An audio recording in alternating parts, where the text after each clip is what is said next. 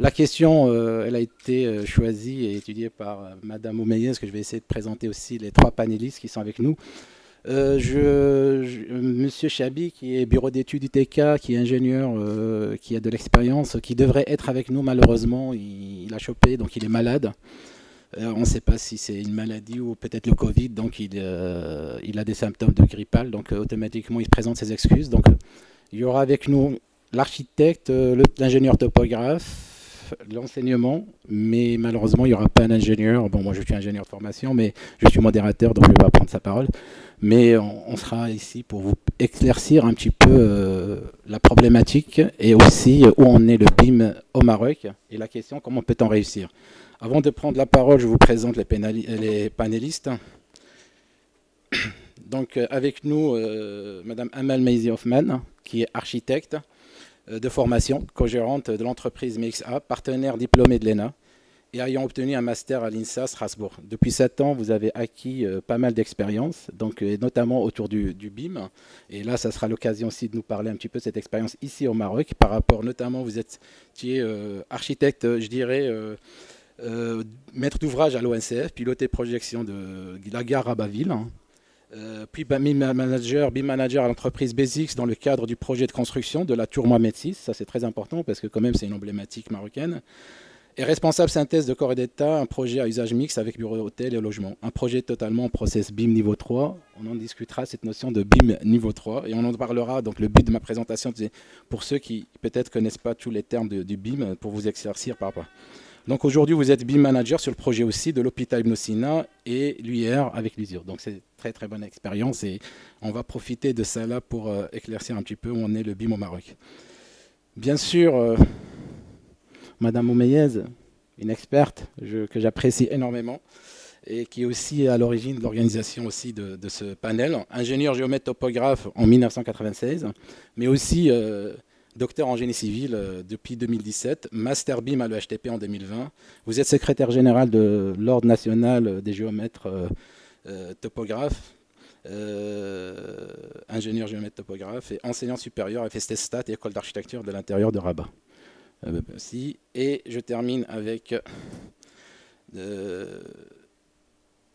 Monsieur Abdrani Kouedel. Vous êtes directeur général de WeLearn, ingénieur de formation, 20 ans d'expérience sur différentes multinationales.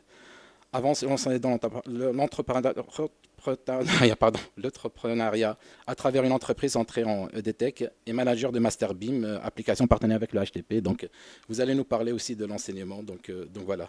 Et d'autres parcours sur des formations BIM. Donc, sans trop tarder, j'aimerais bien, et mes collègues panélistes qui m'ont demandé de faire une présentation, je voulais juste savoir dans l'Assemblée qui a travaillé dans les projets BIM. Juste lever la main pour savoir un petit peu. Très bien. Donc, qui connaît le BIM et qui a juste entendu parler du BIM. Donc voilà, donc en final, vous avez raison, donc il faut faire une petite présentation parce que quand vous allez parler, vous allez utiliser des termes, il faut que les gens comprennent un petit peu. Je peux vous passer peut-être... La problématique, si je dois faire ça, c'est qu'il faut que ça fonctionne. Et si ça ne fonctionne pas, ça ne marchera pas. Bon, ouais, ça va être un petit peu difficile pour moi. Pour faire... comment? J'en ai une deuxième, je peux vous la donner, mais bon.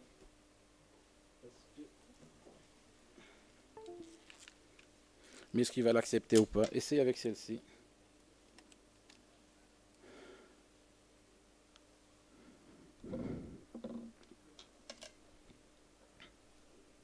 J'ai une autre, je ne sais pas s'il va l'accepter. Essayez.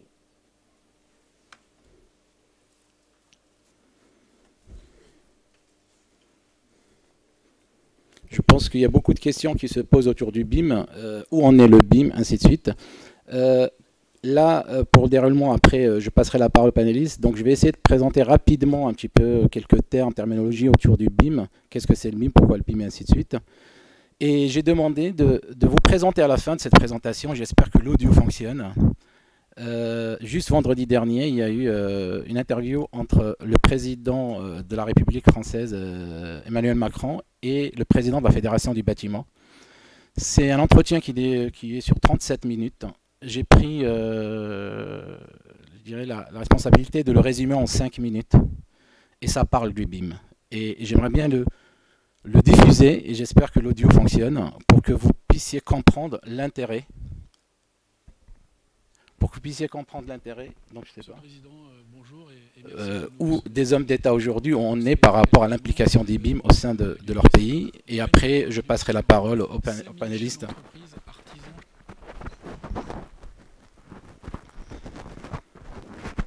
Voilà. Je prendrai la parole avec les panélistes pour qu'ils nous expliquent un petit peu où on est le BIM au Maroc. Monsieur le Président, bonjour et merci de nous recevoir. Bonjour. Vous savez pour quel événement? C'est bon. C'est bon ou pas? Tous les 5 ans, les 24 heures du bâtiment. Non, ça c'est... Les chefs d'entreprise, ça c'est la fin. Chefs d'entreprise sont en train de à la fin, s'il vous plaît. À l'instant. Et donc ce grand rassemblement, plein de force, de fierté. Vous pouvez mettre les slides, s'il vous plaît. Vous avoir... C'est pour ça que j'aime toujours avoir mon PC avec moi, parce que...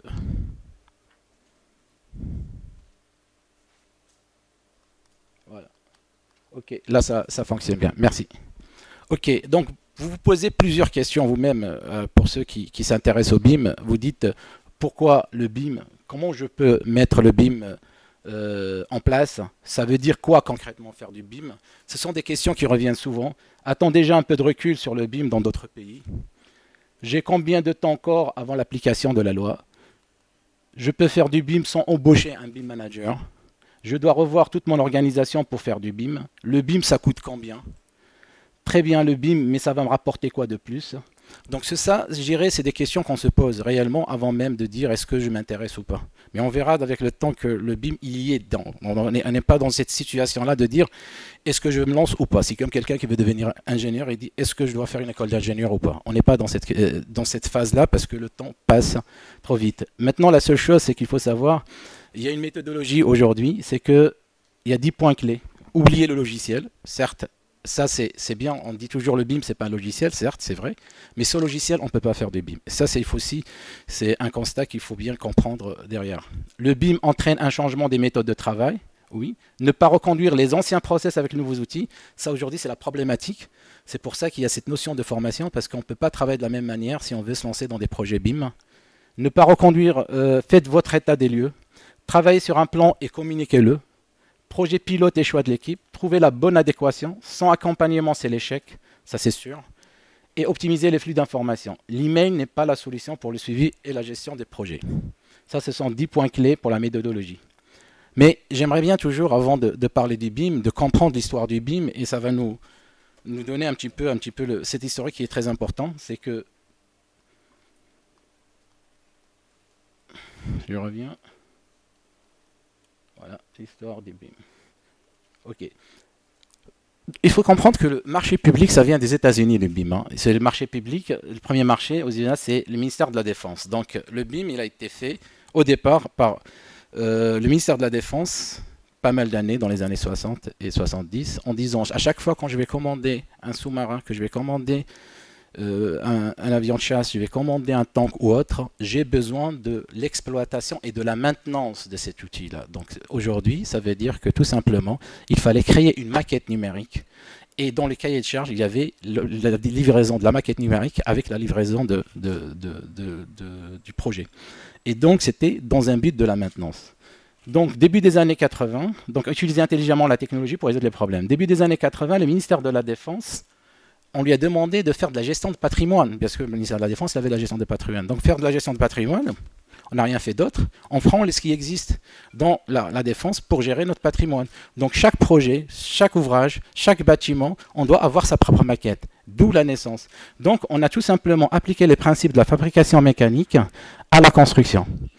Donc l'objectif du BIM aux États-Unis, c'était de la gestion du patrimoine en premier temps.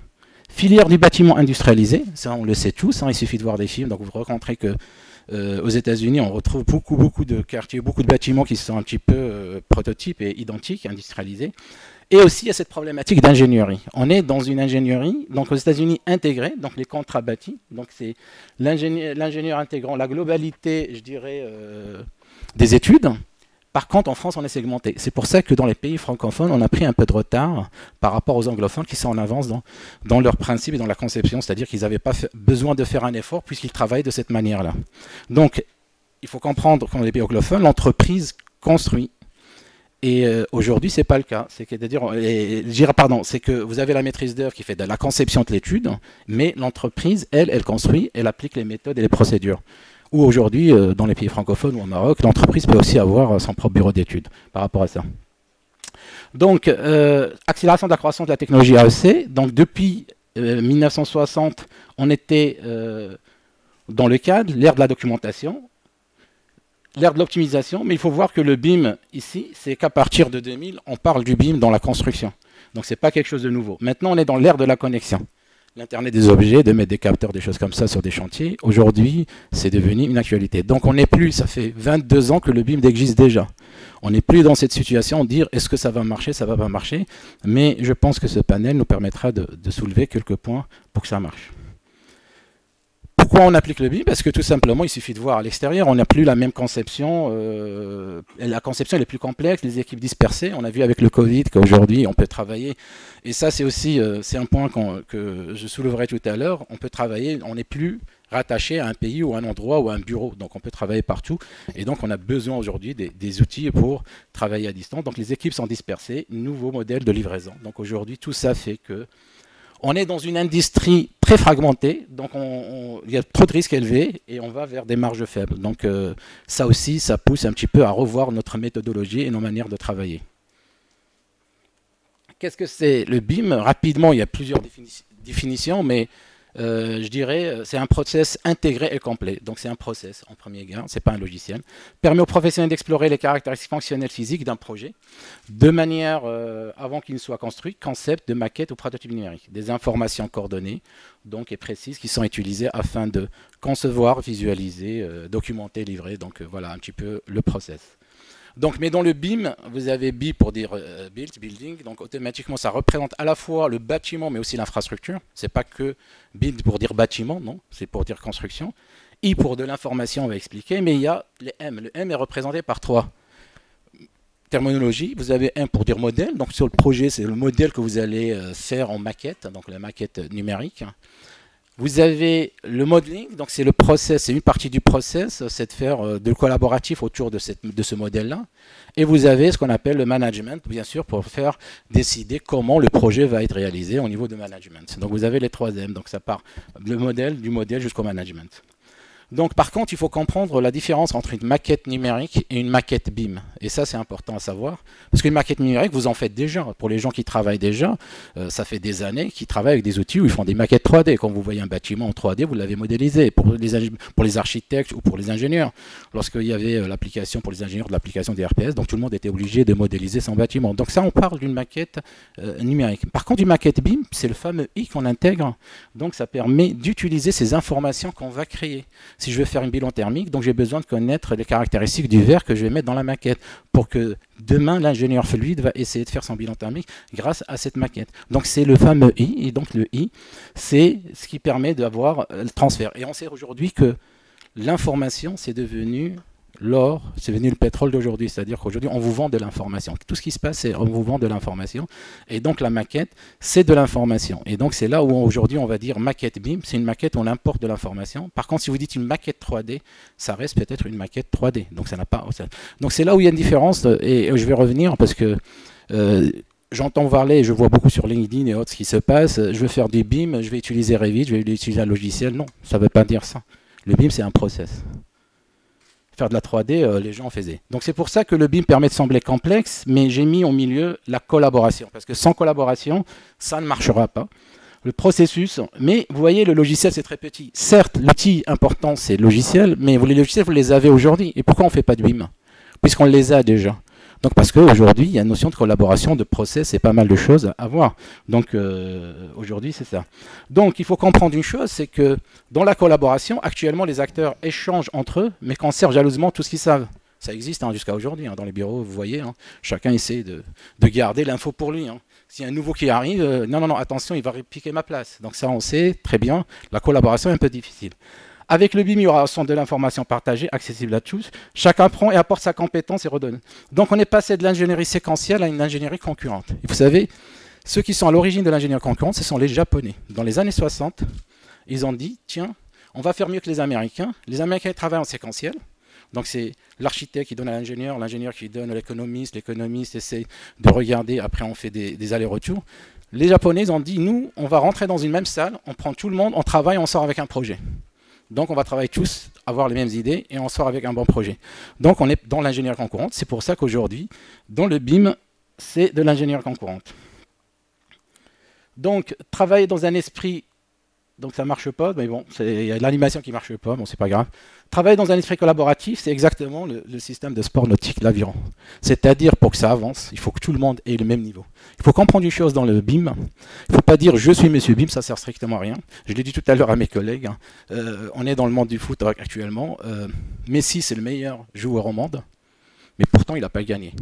Parce que c'est l'équipe qui n'a pas gagné. Le BIM, c'est un peu pareil. Ce n'est pas parce que vous êtes monsieur BIM que vous allez réussir un projet en BIM. Il faut que tout l'écosystème va vers le BIM. Donc les gens qui essaient de dire « moi, je suis monsieur BIM », c'est une fausse idée, ça ne marchera pas.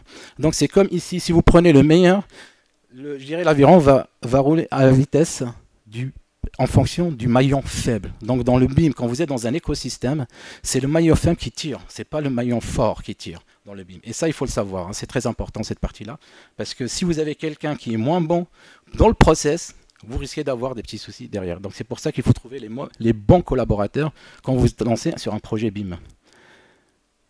Donc le BIM, c'est aujourd'hui l'utilisation commune, donc c'est d'avoir une maquette BIM, mais non pas une maquette numérique, multidisciplinaire, vous avez des maquettes structures, architecture, fluide et infrastructure, pour obtenir tout ce qu'on concerne, la mise en séquence, la visualisation, qualification, estimation et création de nomenclature, ainsi de suite. Donc voilà, donc tourne autour. Donc il y a aussi le mot interopérabilité. Qu'est-ce que l'interopérabilité? Donc c'est d'échanger entre les différents. Toutes les données doivent être reconnues par d'autres logiciels, mais surtout par d'autres acteurs. Donc avec le BIM, on travaille en couche, maintenant on travaille en objet. Donc le meilleur exemple aujourd'hui, c'est la téléphonie. Donc vous voyez comment on peut fonctionner, échanger les données très rapidement, quelque chose qui n'existait pas il y a 15 ans. Donc ça, c'est au niveau de l'interopérabilité. Il y a aussi la notion de format IFC. Et ça, c'est très important, cette notion de format, parce qu'on en parle moins, je pense, Amal peut aussi, et mes panélistes peuvent confirmer cela. On parle moins de l'IFC, parce qu'aujourd'hui, vous avez un architecte qui travaille avec Archicad, et qui va venir me dire, ouais, j'ai un projet en BIM, je dois travailler avec Revit. Mais pourquoi? Si vous avez investi sur un logiciel d'archi, pourquoi vous voulez aller sur un autre logiciel d'archi? C'est pas marqué que Revit, c'est le logiciel d'architecture. C'est pas marqué. Non, vous êtes dans le collaboratif. Donc vous êtes. Et pour échanger ça, donc vous avez la notion de format IFC. Donc la format IFC, ce n'est pas un format de travail, mais un format d'échange, d'archivage, compréhensible de tous les acteurs de transcription et qui organise les objets, leurs propriétés, leur comportement. C'est pour échanger entre eux. Bon, on parle aujourd'hui des différents IFC, IFC 2.3, donc il faut que les logiciels soient certifiés en format IFC. Donc quand vous faites l'acquisition d'un logiciel, vérifiez bien qu'il est certifié en format IFC. Donc ça existe sur Internet, vous tapez Google certification logicielle en IFC, vous allez avoir la liste des logiciels qui sont, je dirais, à la fois dans l'export et l'import. Et bon, on en parle dans le futur proche de la version 5, c'est pas encore d'actualité, c'est juste en étude, pour contenir les éléments de VRD, notamment pour l'infrastructure. Process coordination IFC, donc peu importe, vous avez un modèle, donc vous allez échanger entre l'architecture, l'architecte, la structure et IMIPI, donc chaque métier échange son modèle référence avec chaque modèle des autres. Tous les sous-modèles sont concentralisés en coordonnées dans un modèle global. Les commentaires de la coordination sont retournés par le gestionnaire, donc voilà, donc c'est un petit peu l'IFC.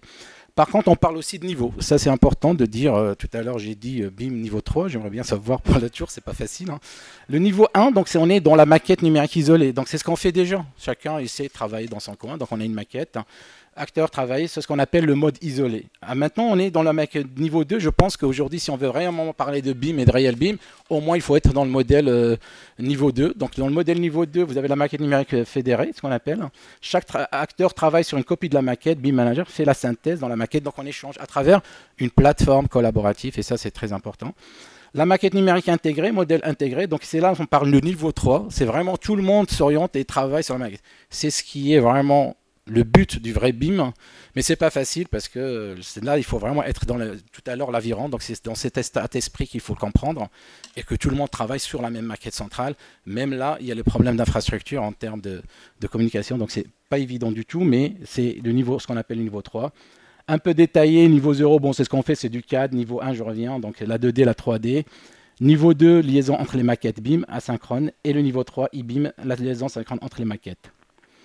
Bon, après, là, rapidement, c'est les BIM 4D, 5D, 6D. Vous connaissez, bon, la 6D, c'est ce qui concerne le développement durable et la 7D, c'est la durée de vie. Donc, le but du BIM, c'est aussi le cycle de vie et surtout la GMAO et l'exploitation derrière. Si ça n'intéresse personne, donc c'est pas la peine. On parle aussi de LOD, hein, c'est plutôt anglophone, Level of Detail Development. Or, on parle aussi en français en niveau de détail, ND. Donc là, j'ai gardé les LOD. Donc vous avez en 100 post-conception, 200 avant-projet sommaire, LOD 300 étudié, LOD 400 exécution, LOD 500. C'est très important parce que quelqu'un qui vous dit, moi je veux une maquette BIM, oui, mais quel niveau? Parce que plus vous allez monter en maquette, si je vous dis, ah c'est bien, je vais avoir LOD 500, c'est génial. Mais ça va vous coûter 10 fois plus cher. Parce que si par exemple vous êtes en LOD 100, vous allez mettre un volume. Après, vous allez mettre peut-être c'est un mur avec juste dimension. Après, je vais lui donner en 300. Mais quand je vais aller, je vais modéliser un mur avec toutes ses caractéristiques. S'il y a de l'isolation, s'il y a des enduits, il y a tout ce qu'il faut. Imaginez ça sur un ouvrage énorme. Donc, vous allez imaginer quand je vais dire je veux une maquette BIM, il faut que ça soit bien mentionné dans le cahier de charge et dans la convention que sur quel niveau de détail. Et plus le détail monte, plus le prix monte énormément et plus il faut avoir de la compétence en interne. Parce qu'un BIM modeler, si c'est utiliser un logiciel, pour monter en LOD 500, il faut qu'il ait une maîtrise du logiciel aussi. Ce n'est pas aussi simple que ça. Donc, en résumé, le BIM, c'est travail collaboratif avant tout et partage des informations. Donc, on va parler de ça.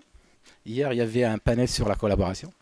Diminution des risques d'erreur, réduction des délais, des coûts, des impacts maîtrisés, des décisions basées sur des faits, augmentation de la rentabilité des projets. Bien sûr, aujourd'hui, on entend parler besoin de compétences, BIM coordinateur, BIM manager, BIM modeler. De nouveaux professionnels liés au BIM se dessinent un peu à peu. Et ça va nous orienter vers la formation, parce qu'il faut former ces gens-là. Et ça, c'est très important. Je vais juste citer le rôle du BIM manager, parce que pour moi, c'est important, parce qu'il y a beaucoup de gens que je vois qui se forment sur 15-5 jours de Revit, où il a pris par YouTube, et il dit « je suis BIM manager dans LinkedIn ». Ça ne veut rien dire. Donc, expérience de la construction.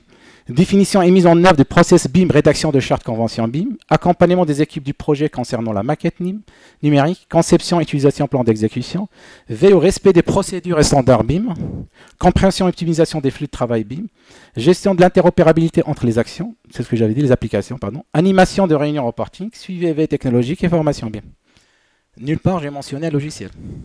Donc celui qui veut dire je suis BIM manager, il doit faire ça sans logiciel. Mais il doit avoir des connaissances du logiciel.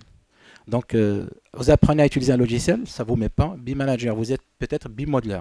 Donc ça, c'est une définition qu'il vaut mieux comprendre parce que tout le monde prétend qu'il est BIM manager, mais peut-être, on voit des gens qui ont 2 ans, 3 ans d'expérience, ils marquent BIM manager. Oui, mais vous allez manager qui? Des topographes, des ingénieurs, des architectes qui ont 30 ans d'expérience? C'est pas évident. Donc, quelques glossaires BIM. Donc, on entend parler maintenant protocole BIM, modèle analytique, workflow, pré-protocole, donc la convention, maquette numérique. On entend parler de plateforme collaborative, c'est important, salle immersive, GMAO, gestion, maintenant ça système ordinateur, schéma directeur BIM. Aujourd'hui, on commence à entendre parler de ça, donc vous avez les définitions en face. Donc c'est un jargon aujourd'hui qui est rattaché un petit peu au process BIM. Et je termine en disant, le dialogue, l'échange, la recherche de l'efficacité, il viendra un temps où le géomètre, le physicien, l'ingénieur et l'architecte penseront à peu près de même. Ça a été dit par Bellidor en 1729 et on y est d'aujourd'hui. Aujourd'hui, si vous avez tous les corps d'État, l'ingénieur, l'architecte, le topographe qui ne réfléchissent pas de la même manière, ça risque difficile de faire avancer l'avion. Donc, je vais terminer là. Je vais juste vous faire passer la vidéo. J'espère que ça fonctionnera avec l'audio. Donc, si vous pouvez faire la vidéo, elle prend 5 minutes. Mais j'ai pris du temps pour la résumer, pour la faire. Ce n'était pas facile, pour que je vous apporte le maximum concernant notre panel, parce qu'il y a des choses qui ont été dites. Et la vidéo, elle date de vendredi dernier. Ce n'est pas quelque chose que j'ai ressorti, donc ça veut dire qu'on est dans le présent, exactement. Et je l'avais partagé dans LinkedIn, mais j'aimerais bien. Donc, si vous pouvez la faire passer, c'est à vous. Et après, on passera aux explications. Vous savez pour quel événement? Notre événement a lieu tous les 5 ans, les 24 heures du bâtiment. 5000 chefs d'entreprise, artisans, chefs d'entreprise sont en train de nous regarder à l'instant. Et donc ce grand rassemblement, plein de force, de fierté, nous voulions vous avoir absolument, et je vous remercie de cet entretien en tête-à-tête, tellement important pour nous. Tellement important, pourquoi? Parce que cette remobilisation du secteur du bâtiment est fortement nécessaire. Des crises nous ont touchés depuis 2 ans et demi, crises successives, le Covid, puis les matériaux, puis l'énergie, puis la crise, malheureusement, la guerre en Ukraine, qui a augmenté encore le prix des matériaux, le prix de l'énergie, mais aussi tout ce qui est taux d'intérêt. Donc oui, il y a aujourd'hui des questions, beaucoup d'inquiétudes chez nos artisans et entrepreneurs. Mais malgré ça, nous sommes optimistes, nous sommes très optimistes parce qu'on sait que le bâtiment a des atouts. Cette fierté de bâtisseur, de rénover énergétiquement, de construire beaucoup plus durable, eh bien oui, on est en train d'attirer aussi nos concitoyens dans ce beau métier. Merci beaucoup. D'abord, alors vous l'avez dit, moi je suis d'abord très lucide sur le fait que tout votre secteur a traversé une série de crises, comme beaucoup de secteurs de l'économie française, et peut-être plus encore. Covid, montée des prix des matériaux qui ont créé des ruptures, en tout cas des révisions de prix importantes, montée des prix de l'énergie, avec plusieurs séries de montées de prix de l'énergie, celle d'une reprise non coordonnée dès l'automne 21, et puis celle qui suit justement cette période de guerre le compenser. Mais il faut aussi continuer à moderniser le secteur. Et là-dessus, je veux vous remercier pour tout ce que vous faites pour la digitalisation, l'amélioration justement du secteur, les initiatives BIM et le plan que vous avez mis en place, parce que ça permet d'être plus efficace, de baisser les coûts. Sur la transition numérique, vous l'avez dit, tout ce qui est construction digitale et numérique, ça y est, je suis très content que vous connaissiez notre plan numérique. Et ça, sachez que là-dessus, c'est pareil. On a démultiplié notre vitesse, notre volonté pour créer vraiment, par le BIM, par tout ce qui est numérique, par tout ce qui est analyse, par tout ce qui est intelligence artificielle à la Fédération française du bâtiment, avec notre commission innovation, nos journées innovation. Vous pouvez compter sur nous. On va vraiment aller dans ce sens. Donc ma question, elle est toute simple, sur tout ce qui est transition écologique, transition énergétique, évidemment, bien qu'on ait parlé de l'énergie tout à l'heure, et transition numérique. Quelle est votre vision aussi pour le secteur ? Nous, on vous accompagnera plus que de raison, parce qu'on y croit énormément. Et comme je le dis, le secteur du bâtiment est au centre aujourd'hui de toutes les réflexions, non seulement européennes, mais mondiales. Puis le bâtiment va sauver la planète. C'est ce que je dis régulièrement et j'y crois beaucoup. Ce qui est vrai, c'est que le bâtiment, c'est notre vie. C'est là où on habite, où on vit, et où on peut rester le plus longtemps possible autonome. Et donc, le bâtiment est au cœur de toutes les transitions. Alors, la transition numérique, parce qu'elle est au cœur de votre manière de produire, c'est aussi pour ça que le plan BIM 2022, en effet, est un point important pour aider aussi à diffuser ces pratiques chez tous les acteurs du secteur. Et donc, nous, on va continuer aussi à accompagner vos initiatives par des mécanismes chèque numérique, précroissance TPE, les diagnostics numériques et tout ce qu'on peut faire pour justement vous aider à numériser le secteur, parce que ça nous permet de gagner en productivité et faire baisser les coûts, ce qu'on disait. Domicile. Et là aussi, c'est évidemment un panel de travaux qui va du plus simple au plus complexe, qui peut aller jusqu'à la domotique embarquée, mais qui est une source d'activité formidable pour vous. Donc vous le voyez, pour moi, ces transitions, elles supposent des changements, elles supposent d'inventer une réglementation, mais dans laquelle on doit vous associer dès le début pour qu'elle soit simple, adaptée aux professionnels, mais elle va donner à tout votre secteur beaucoup d'activités.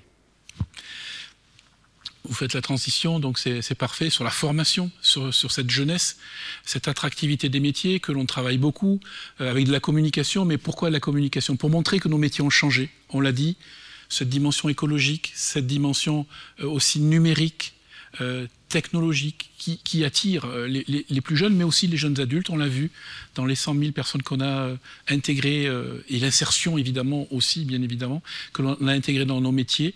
Eh bien, il y a des jeunes adultes. Et donc, vous êtes un métier d'avenir, un métier d'innovation. Vous êtes au cœur des transitions d'usage et des changements de nos vies, pour avoir des logements plus résilients au climat et plus adaptés au changement d'âge. Et vous êtes des métiers qui vont être bousculés par des innovations, de matériaux, de techniques, et où les gens vont demander de plus en plus de technologies embarquées, et donc aussi de croisement entre les différents secteurs d'activité, de savoir apporter des réponses parfois à des sujets complexes pour mettre de la domotique dans la maison, mieux connecter, parce que dans la rénovation thermique, vous le savez mieux que moi, c'est aussi des histoires de capteurs qu'on aura de plus en plus. Bon, c'est ça, et donc vous êtes un métier d'avenir, et c'est ce qu'il faut expliquer à nos jeunes. D'abord, je veux vous dire merci, parce que vous êtes un secteur qui former, embaucher de la jeunesse. Vous évoquiez les chiffres tout à l'heure, je regarde aussi mes chiffres d'apprentissage, on est passé de 55 000 à 80 000, malgré la crise Covid ces 5 dernières années. On va continuer à monter ensemble. En faisant quoi? Première chose, on doit informer nos jeunes. Et donc, j'ai besoin de vous pour participer à ce qu'on va mettre en place dans les prochains mois dans l'éducation nationale, qui sont cette demi-journée à venir qu'on va faire à partir de la 5e. On le sait tous, l'orientation ne marche pas comme elle devrait marcher dans nos écoles, c'est-à-dire au collège et au lycée. Et ce n'est pas quand on est devant le fameux Parcoursup en terminale qu'on se met à savoir ce qu'on va faire demain. Il faut que nos jeunes et leurs familles découvrent des métiers, au-delà de ce qui est l'environnement strict familial. Et donc là, j'ai besoin que vos fédérations s'impliquent avec nos collèges pour aller dans les écoles et expliquer ce que sont ces métiers d'avenir. Leur présenter le BIM, leur montrer la transition et leur montrer tous les métiers. Parce que nos jeunes, vous savez, on a parfois des images raccourcies et j'entends les propos qu'on peut avoir. Ils veulent travailler, ils veulent simplement un métier qui a du sens, qui leur plaît. Ils ne connaissent pas les métiers. Et donc notre responsabilité, c'est d'aller leur présenter des métiers et de créer des passions. Orientation, aidez-nous à ouvrir. Voilà. Merci pour ces bons mots, plein d'espoir aussi. Et puis, je crois, pour ma part, c'est une des premières fois que vous parlez de ce secteur avec autant de vision d'avenir. Et donc, j'espère que voilà, l'espoir va être aussi présent dans le cœur. Je veux que vous ayez de l'espoir dans ces journées, même si je ne suis pas avec vous. Parce et dans l'esprit de... Faux. Moi, il y a une phrase que je citais souvent du philosophe Alain, qui disait dans un de ses carnets, il faut penser printemps.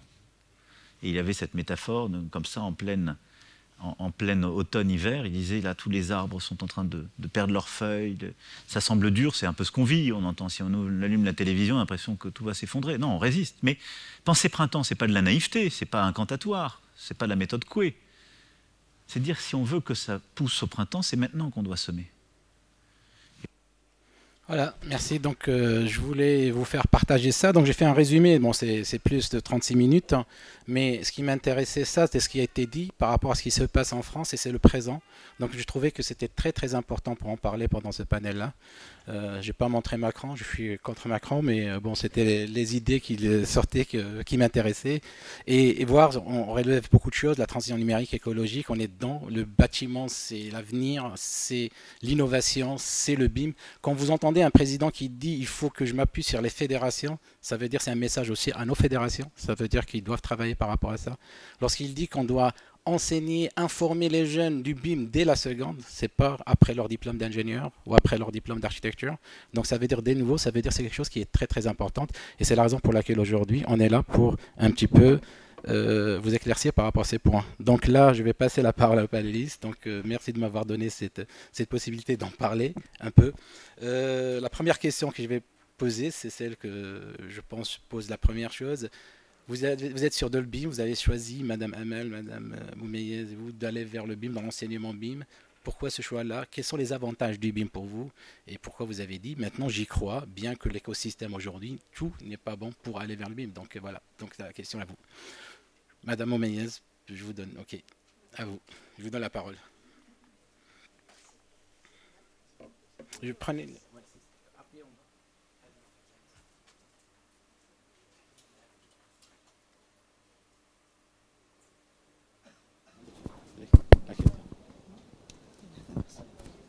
Merci. Bonjour à tous, bienvenue, chère audience. Donc, je suis très ravie d'être aujourd'hui parmi vous et par mes chers experts dans le BIM pour vous présenter et vous inciter à suivre ce nouveau processus. Je remercie infiniment M. Ismaili pour ce fructueux exposé. Il a beaucoup résumé ce que c'est que le BIM. Donc, ce que je peux dire par rapport à ce processus, c'est vrai, c'est un ancien processus, mais au Maroc, puisqu'on est concerné par le Maroc, il est encore nouveau dans le sens où, même si on le sait, mais quels sont les acteurs qui se sont mis dans ce processus. Certes, vous savez très bien que le bâtiment, c'est une industrie qui regroupe plusieurs acteurs, des topographes, d'architectes, des ingénieurs, des entreprises de construction, etc. Donc, et ceci nécessite bien évidemment pour changer et se mettre dans ce dans ce processus, ne pas résister à ce changement-là, c'est oser ce changement, parce qu'on doit investir. Donc je vais démarrer par, au lieu de parler des avantages, au moins comment s'outiller. Donc il faut vraiment penser à changer la méthodologie, à investir, à monter en compétences. Et c'est là où vient le premier avantage. Donc c'est déjà, on doit monter en compétences. Du coup, il faut penser à la formation, que ce soit continu pour les seniors et pour les juniors, et bien sûr les étudiants, de la phase initiale, au moins dans les instituts, les écoles universitaires. Parce que quand même, il faut se préparer. On veut gagner le match, mais il faut qu'on aille les joueurs et toutes les casquettes qui savent chacun son rôle pour être dans la vraie complémentarité. Donc, il permet plusieurs avantages, ce processus-là. Déjà, c'est gagner la qualité dans le produit, gagner le temps, puisqu'on est dans un esprit collaboratif à travers une maquette, autour d'une maquette numérique par tous les acteurs. Donc, on va minimiser au moins le va et le vient des différentes versions du plan, comme on le connaît tous dans le marché. Donc, on est avec des versions qui sont vraiment éparpillées, ça nous fait perdre beaucoup de temps. Gagner aussi au niveau de la qualité, parce que ça permet de construire avant de construire, à travers des simulations, parce qu'on aura l'objet, la maquette de l'ouvrage, quelle qu'il soit sa nature. Et notez très bien, le BIM, c'est connoté bâtiment, mais il est aussi, ça a été expliqué dans les slides, donc c'est aussi connoté infrastructure pour les réseaux VRD. Donc ça, vraiment, ça permet de construire et de faire des simulations et des analyses, d'étudier s'il y a des anomalies, des interférences, des clashs dans le bâtiment. On sait tous combien de fois qu'on est en phase exécution, et c'est là où on se retrouve face à des freins et des contraintes dues à un oubli de conception, parfois des gaines, parfois donc il y a des passages des poutres avec des réseaux, etc. Donc on gagne dans le temps et on gagne bien sûr aussi prix. Donc c'est un processus qui nous permettra d'avoir le triangle de performance en gagnant à la fois la qualité, le temps et bien évidemment le coût. Et ça, c'est très très important.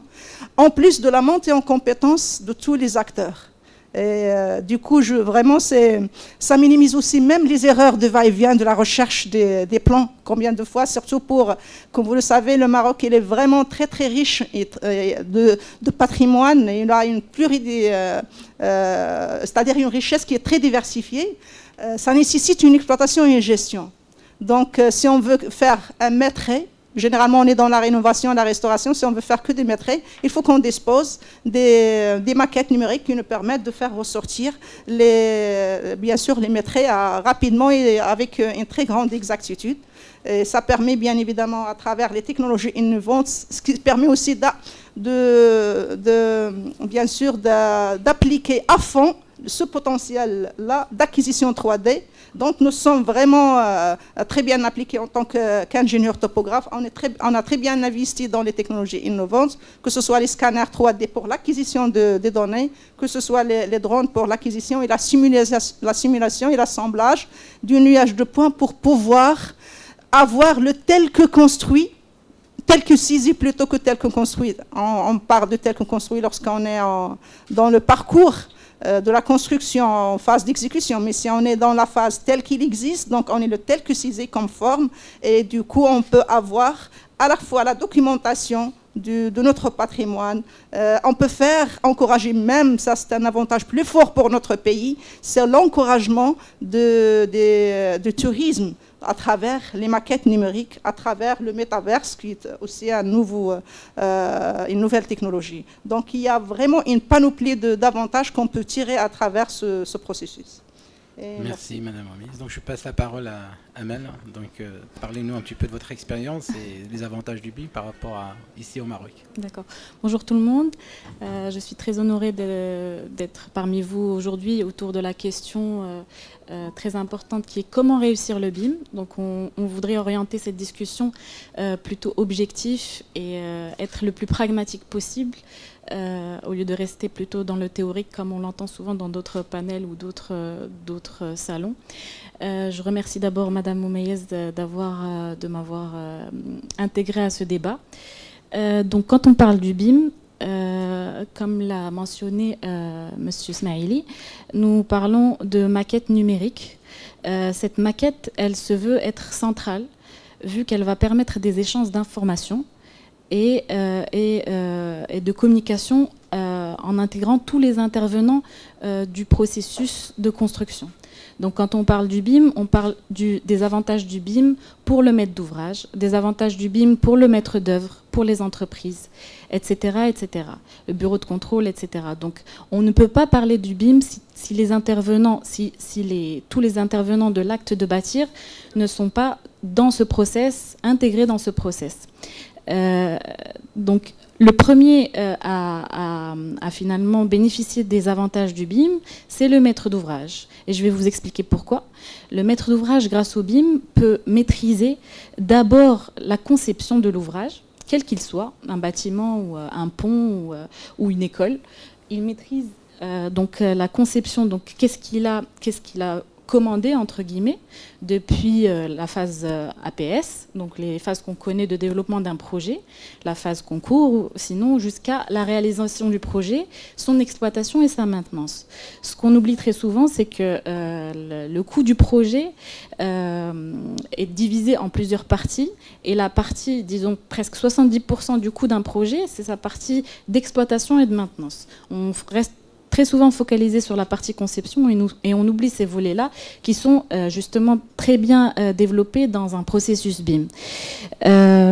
Donc, une fois qu'on maîtrise en fait la partie conception, c'est-à-dire quoi? C'est-à-dire que tout ce qui est programme initial, surface, occupation, note de calcul, objectif thermique, objectif de développement durable.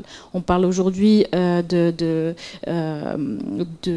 certification LEED, de certification HQE, etc. pour les bâtiments, pour pouvoir en fait donner à nos futurs enfants un avenir un peu meilleur. La conception doit être maîtrisée.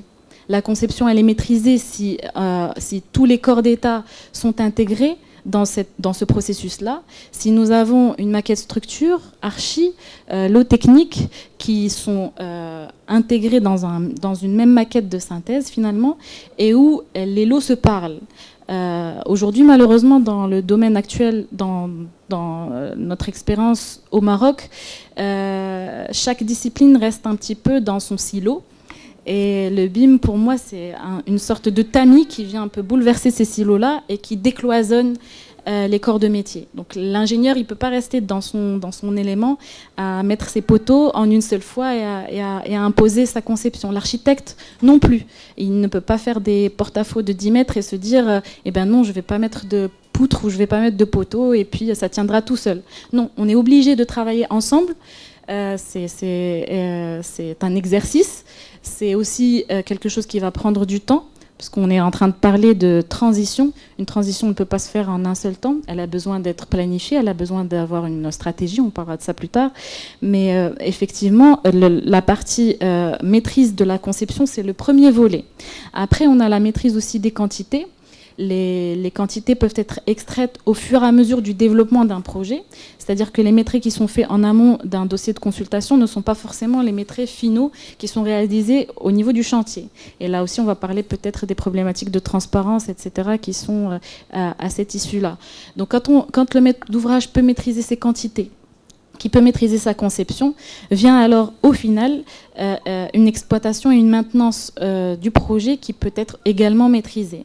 Donc quand on est dans un processus BIM, on passe beaucoup plus de temps en phase étude, disons, et c'est là que aussi il y a un investissement à faire auprès d'une équipe qui doit être pluridisciplinaire et compétente. Mais à terme, in fine, en phase réalisation, exploitation et maintenance du projet, on gagne énormément parce qu'on a fait une détection de clash tout corps d'État, parce que autour de la table, on a parlé d'informations, de notes de calcul issues du même projet et non pas de notes de calcul qui sont issues de projets qui sont à chaque fois un peu fragmentés. Et donc voilà, le processus BIM, c'est une consolidation finalement de tous les intervenants, de tous les corps de métier. Et je suis vraiment contente que l'audience soit très jeune aujourd'hui en fait, de pouvoir sensibiliser par ce débat-là la jeunesse sur qui va reposer finalement la réussite du BIM au Maroc. Merci Amel. Donc je passe la parole à M. Abdelrani. Par rapport merci Ismaili. Merci Madame Oumiez pour l'invitation et merci à l'audience de s'intéresser à ce sujet. Alors, moi je vais peut-être aborder l'intérêt porté au niveau de la formation. Oui. Je pense qu'on peut constater qu'au Maroc, il y a deux questions culturelles très intéressantes que j'aimerais aborder avec vous. En fait, le Marocain est très friand d'innovation et de technologie. Culturellement, on fait un petit peu partie de ce qu'on pourrait appeler limite early adopters, c'est-à-dire lorsqu'on voit par exemple Internet, le Maroc a essayé de se lancer dans la généralisation de la fibre optique, très en avance par rapport à notre région, et on était toujours, ce qu'on avait en vue, c'est quels sont les débits d'Internet en Europe, et on voulait toujours les rattraper. Et pareil pour tout ce qui est téléphonie, dès que iPhone ou Samsung sortent leur dernier téléphone, nos opérateurs le lancent dans leur catalogue. Maintenant, on le fait de façon quasi simultanée avec l'Europe de l'Ouest. Et ce qui m'intrigue par rapport à ça, c'est que c'est un petit peu déconnecté avec notre PIB et notre revenu individuel. Mais cela m'amène à une deuxième question culturelle, c'est que le Marocain, justement, j'ai l'impression, pour rattraper ce gap entre sa faim d'innovation et de nouvelles technologies et le niveau de revenu du pays, c'est qu'on est aussi un petit peu culturellement bricoleur. Donc on essaie parfois de chercher des raccourcis, essayer de faire comme une nouvelle technologie, mais c'est pas vraiment en suivant les normes de cette nouvelle technologie. Donc l'idée, c'était, ça part de là, ça part de l'intérêt que nous avons senti par rapport à ce process et l'immense apport qu'il peut ramener par rapport à un pays qui adopte une politique de grand chantier, donc dans le bâtiment est l'un des moteurs de l'économie, mais en même temps se dire, il faut peut-être essayer de faire en sorte que ce process soit adopté au Maroc de manière qualitative. Et du coup, qu'est-ce qu'il faut pour cette adoption qualitative? Il faut une formation de qualité. Je pense que vous l'avez souligné dans la présentation, on a tendance souvent de confondre le BIM avec l'outil, le logiciel. Certes, le BIM ne peut pas se faire sans l'outil, mais le résumer à l'outil est une immense erreur. Donc l'idée, c'était de se dire, il faut qu'on essaie d'amener au Maroc la possibilité de former les compétences nécessaires pour aborder cette question qui est le BIM, mais de manière qualitative et non un shortcut qui s'appuie un petit peu sur les bricolages. Donc c'est ma propre expérience par rapport au BIM et ce qui a porté notre intérêt à ce sujet. D'accord, merci. Il y a pas mal de choses qui ressortent par rapport à vos discussions, mais le BIM, on en a parlé, il y a des avantages, ça marche, mais pourquoi au Maroc? Qu'est-ce qui freine aujourd'hui? Parce que le BIM, ça date pas d'hier, on ne parle pas d'aujourd'hui, le BIM, ça existe depuis 20 ans, on en parle. Et moi-même, personnellement, aussi, 2006, j'en ai parlé du BIM. On est 16 ans après, on a l'impression, à part quelques projets qu'on voit sur CFC, Théâtre de Rabat, la Tour Mohamed VI, pourquoi ça freine? Pourquoi les gens ils sont encore réticents à aller vers le BIM? Je vous laisse c'est ouvert pour vous. Si vous me permettez, parce que tout simplement, il n'y a pas une vraie stratégie par rapport à ça. Oui. Donc je crois que si on se met dans une stratégie qui est très bien étudiée, donc on aura une vision par rapport à ça. Déjà, il faut préparer cet écosystème. C'est vrai, on n'aura pas un changement de métier, mais on aura à revoir nos missions dans cet écosystème, ou bien dans l'application de ce process. Déjà, il faut démarrer parce qu'on sait très bien que, vous l'avez bien souligné, qu'il y a des gens qui se sont formés 1 semaine, 2 semaines, ils se disent sur LinkedIn, je suis BIM manager, allez-y, donc vous pouvez nous contacter. Donc non, il faut préparer tous les joueurs avec toutes les casquettes. Et c'est par métier aussi. Il ne faut pas qu'on oublie que chaque acteur, dans chaque métier, on aura à former des modeleurs, des BIM coordinateurs, des BIM managers. Donc, il faut que l'équipe soit complète. Sinon, ça ne marchera pas. Ça va toujours être handicapé, le processus BIM, si on veut l'appliquer avec cette manière-là, parce que c'est le moins qui tire. Il faut changer aussi l'idée de moins 10 ans dans les CPS. Je crois qu'il y a 2 processus à l'échelle internationale, c'est soit en approche descendante, soit en approche ascendante. Et chaque pays, bien sûr, ou bien chaque approche a ses avantages et ses inconvénients. Si on se met dans l'approche descendante, c'est-à-dire que ce sont les décideurs d'ordre qui doivent, bien sûr, imposer le BIM, donc, certes, on aura bien sûr le monde qui va courir fort pour atteindre et pour pouvoir s'y mettre dans le processus. Mais on aura un vide parce qu'il faut revoir la stratégie publique. Est-ce que vraiment tous les fonctionnaires vont se mettre dans cette stratégie?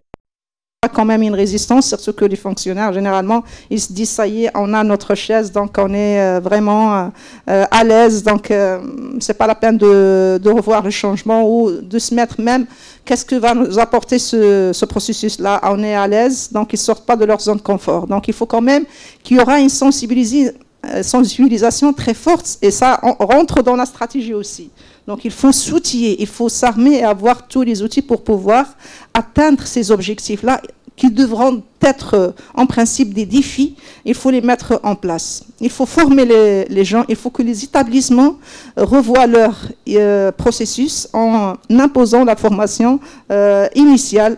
Et bien sûr, je le redis, continue, c'est pour les seniors qui sont déjà sur le marché, parce qu'ils doivent changer. On ne va pas le processus, si on ne le fera pas nous-mêmes, vont venir des étrangers pour le faire, et le train va être très rapide que nous on ne va pas bien sûr être embarqués. Aussi, pour l'inconvénient ici dans cette approche, c'est qu'on aura un gap entre les fonctionnaires, entre les gens du public et les privés. Si on sera dans l'approche ascendante, donc à ce moment-là, ce sont les privés qui montent et qui vont imposer. D'ailleurs, le discours de Macron, c'était à travers les fédérations, c'est-à-dire oui. C'est à nous de fédérer, oui. C'est à nous en tant qu'acteurs de fédérer, et bien sûr, on doit être accompagné. Donc je dirais bien, il faut qu'on soit dans une peut-être approche hybride, ascendante, descendante, pour qu'on puisse être sur le moyen, la moyenne, et qu'on pourra atteindre nos objectifs avec une très grande efficience, et non pas seulement efficacité. Il faut qu'on gagne dans le temps, parce que le temps passe. Déjà, si on veut dire, on sait très bien que le parcours universitaire il est à 5 ans, donc au moins qu'on soit dans cette visibilité d'enseigner et bien sûr de former les gens pour 5 ans. Au moins, demain, on aura des BIM coordinateurs métiers, donc parce que on aura des gens de métier 100%, parce que le métier, bien sûr, s'apprend avec le temps, pas seulement dans les études, donc au moins les préparer. Dans soi-disant les formations de 2 ans, 3 ans, donc CAD et l'OFPPT, donc au moins former les modeleurs. Donc déjà, on n'aura pas seulement les hautes casquettes, parce qu'ils ne vont pas faire l'affaire. Il faut les soldats, il faut avoir les modeleurs pour pouvoir réussir à gagner dans ce champ-là. Donc je pense à ce que qu'on combine tous nos efforts, qu'on aille la volonté, tous pour pouvoir réussir. Et certainement, ça va nous apporter beaucoup de profit. Et un des avantages plus forts que j'ai oublié tout à l'heure, peut-être qu'on n'a pas été dit, c'est la transparence. Donc on va travailler dans la vraie transparence. Tout sera très clair, très clean. On sait très bien et on aura à travers le collaboratif même la traçabilité, le traçage de l'histoire des acteurs dans le processus. Qui a fait quoi, comment. Donc ça vraiment, ça va nous générer beaucoup de profits. Il faut revoir notre stratégie et certainement on va y arriver. Au moins au bout de 5 ans, on réussira et on atteindra, à mon sens, on peut atteindre vraiment notre objectif. Et merci. Merci Madame Moyes, parce que ce que vous venez de dire, il y a pas mal de choses très intéressantes. Et le dernier point, donc je vous remercie d'être aussi clair, la transparence. C'est vrai que ça c'est très important, parce que est-ce que c'est pas un des points qui freine aujourd'hui, c'est cette notion de transparence? Je pense que peut-être c'est oui. Vous avez parlé de la stratégie. Il faut savoir une chose, est-ce qu'on attend qu'on nous impose demain que tous les projets doivent être en BIM, ou on va attendre? Parce que si je regarde un petit peu l'historique à l'échelle mondiale, tous les pays développés aujourd'hui vont dans le monde, travaillent aujourd'hui en BIM. Les projets qu'on voit aujourd'hui sont tous dans le mode BIM. C'est comme aujourd'hui, personne ne fait du dessin, la planche à dessin, tout le monde est dans la CAO. Donc voilà, donc le BIM aujourd'hui. Et si je regarde bien dans l'échelle mondiale, il n'y a que 2 pays qui l'ont obligé au niveau juridique, c'est-à-dire il y a 2 pays au monde, hein, pas plus que ça, c'est le Qatar et la Finlande. Tout le reste, soit ils l'ont imposé à travers des projets publics à un certain, je dirais, chiffre d'affaires, donc là-dessus, mais personne n'a su dire demain on va le faire. C'est comme la certification ISO. Aujourd'hui, il y a pas, on vous impose, c'est question de qualité. C'est comme j'ai dit tout à l'heure, c'est un choix de l'entreprise qu'on va vers ça. Mais c'est vrai qu'aujourd'hui, qui va prendre ça? Est-ce que, comme a dit Macron, c'est les fédérations qui vont aller vers ça pour pousser vers le haut ce niveau? Et qui? Et ça, c'est la problématique. On a l'impression qu'on est là en train d'attendre que demain il y aura une baguette magique, pouf, on va appliquer ça. Mais ça prend des années pour que ça soit appliqué. Maintenant, vous avez parlé aussi d'autre chose qui est très importante, les BIM modelers. Ça, c'est important. Il faut savoir aujourd'hui, en Europe, il y a un manque de ressources. Aujourd'hui, ils sont allés chercher, je dirais pas une main-d'œuvre, mais une technicité. On a parlé tout à l'heure avec Amal. En Inde, au Pakistan, en Tunisie aujourd'hui, il faut beaucoup de l'offshoring. Aujourd'hui, les bureaux d'études travaillent plus avec des entreprises françaises et étrangères qu'avec eux-mêmes en Tunisie. Donc, est-ce qu'il n'y a pas un danger pour nous? Parce qu'aujourd'hui, si on ne se prépare pas, et tous ceux qui ont un peu d'expérience vont dire, pour des raisons aussi de rémunération, de partir ailleurs, avec qui on va travailler. Donc, vous avez parlé aussi du point de moins de 10 ans. Moi, ça, c'est vrai qu'on ne peut pas demander à des gens d'être en qualité et de rester toujours sur le moins de 10 ans. Surtout aujourd'hui, on sait très bien comment ça se passe au niveau des appels d'offres. Et je pense qu'aujourd'hui, moi aussi je suis transparent et direct, qu'est-ce qu'on doit faire? Parce que juste à chaque fois, on étale des problématiques et on se disperse et on revient un an après, on en parle et ça continue comme ça. Le temps passe. Le BIM, j'en parle depuis 16 ans. Au Maroc, je ne parle pas à l'étranger, au Maroc, je vois que ça évolue. Même un président qui en parle, parce que c'était le but, il parle de BIM, aller vers les collèges, et même plus. Nous, aujourd'hui, si on regarde l'enseignement, pourquoi on est déjà en retard par rapport à l'industrie? Au Maroc, je ne parle pas à l'étranger, au Maroc. Aujourd'hui, je vais vous donner un petit peu quelques chiffres de Robobat, dont je suis le DG. Au niveau de logiciel, par exemple, SolidWorks, je n'ai même pas 1% par rapport au taux de formation. Les gens sortent de l'école déjà formés. Ici, quand je regarde un petit peu aujourd'hui, il y a des plateformes collaboratives. Aujourd'hui, Robobat commercialise plus des plateformes collaboratives à des écoles d'ingénieurs comme l'ENSAM et autres que par rapport à des écoles de la construction. Pourquoi nous, dans le domaine du bâtiment de la construction, on attend une telle résistance? Parce que même les écoles, ils ne sont pas prêtes. Aujourd'hui, pourquoi laisser l'étudiant lui-même aller se former ou s'auto-former, ou l'entreprise qui va payer? Aujourd'hui, un architecte, lorsqu'il recrute un nouveau architecte, il est obligé de le former. Un ingénieur, lorsqu'il recrute un nouveau ingénieur, il faut obligé de le former. Quand on va dans l'industrie, souvent, on ne le forme pas, il est déjà formé de l'école. Pourquoi il y a ce décalage-là? Et je pense que c'est dans le cadre de la formation. Merci beaucoup. Alors, j'ouvre juste une petite parenthèse par rapport à la question de la stratégie. Moi, je crois que le piège dans lequel on ne doit pas tomber, c'est la question de l'œuf et le poulet. C'est-à-dire, est-ce qu'on doit attendre une stratégie nationale pour vraiment lancer le BIM, ou bien on doit se lancer le BIM et cette lancée pourrait éventuellement donner l'émergence à une stratégie. je pense très brièvement que nous avons des atouts pour éventuellement créer une stratégie. Parce que si le BIM, parmi les choses les plus importantes qu'il a pu apporter, effectivement, c'est ce travail collaboratif, c'est forcément un process qui est inclusif. C'est-à-dire que l'ensemble des opérateurs dans l'acte de bâtir doivent collaborer ensemble. Et du coup, à mon avis, cela donne la notion de l'écosystème, et je crois que c'est l'écosystème qui pourrait éventuellement créer une stratégie nationale. Alors, c'est quoi l'atout que nous avons? Je pense que, comme vous l'avez dit, depuis le temps qu'on parle du BIM, les choses peut-être n'ont pas eu une grande visibilité, mais on a avancé quand même un petit peu pour atteindre une taille critique que moi, je ne mesure pas par rapport à l'effectif, mais je mesure par rapport à la possibilité de couvrir l'ensemble de l'écosystème.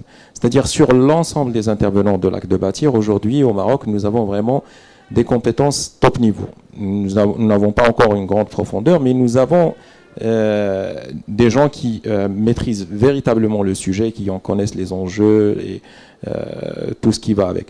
Donc, personnellement, je pense que ces gens-là, s'ils réussissent à coordonner ensemble, à réfléchir, ils vont pouvoir peut-être surmonter la majeure barrière qu'il y a, c'est qu'aujourd'hui, le secteur du bâtiment connaît des problèmes divers et variés d'une grande complexité, que probablement les décideurs ne s'intéressent pas encore à ce sujet. Maintenant, effectivement, quelle que soit la stratégie, forcément, elle va devoir s'intéresser à la quantité de compétences que nous devons mettre au marché pour pouvoir mener ce bateau. Et je pense que le discours de Macron que vous avez partagé avec nous, il faut aussi qu'on le ressente comme une menace par rapport au marché marocain. Parce que là, clairement, il affiche qu'en France, ils ont un immense déficit de compétences.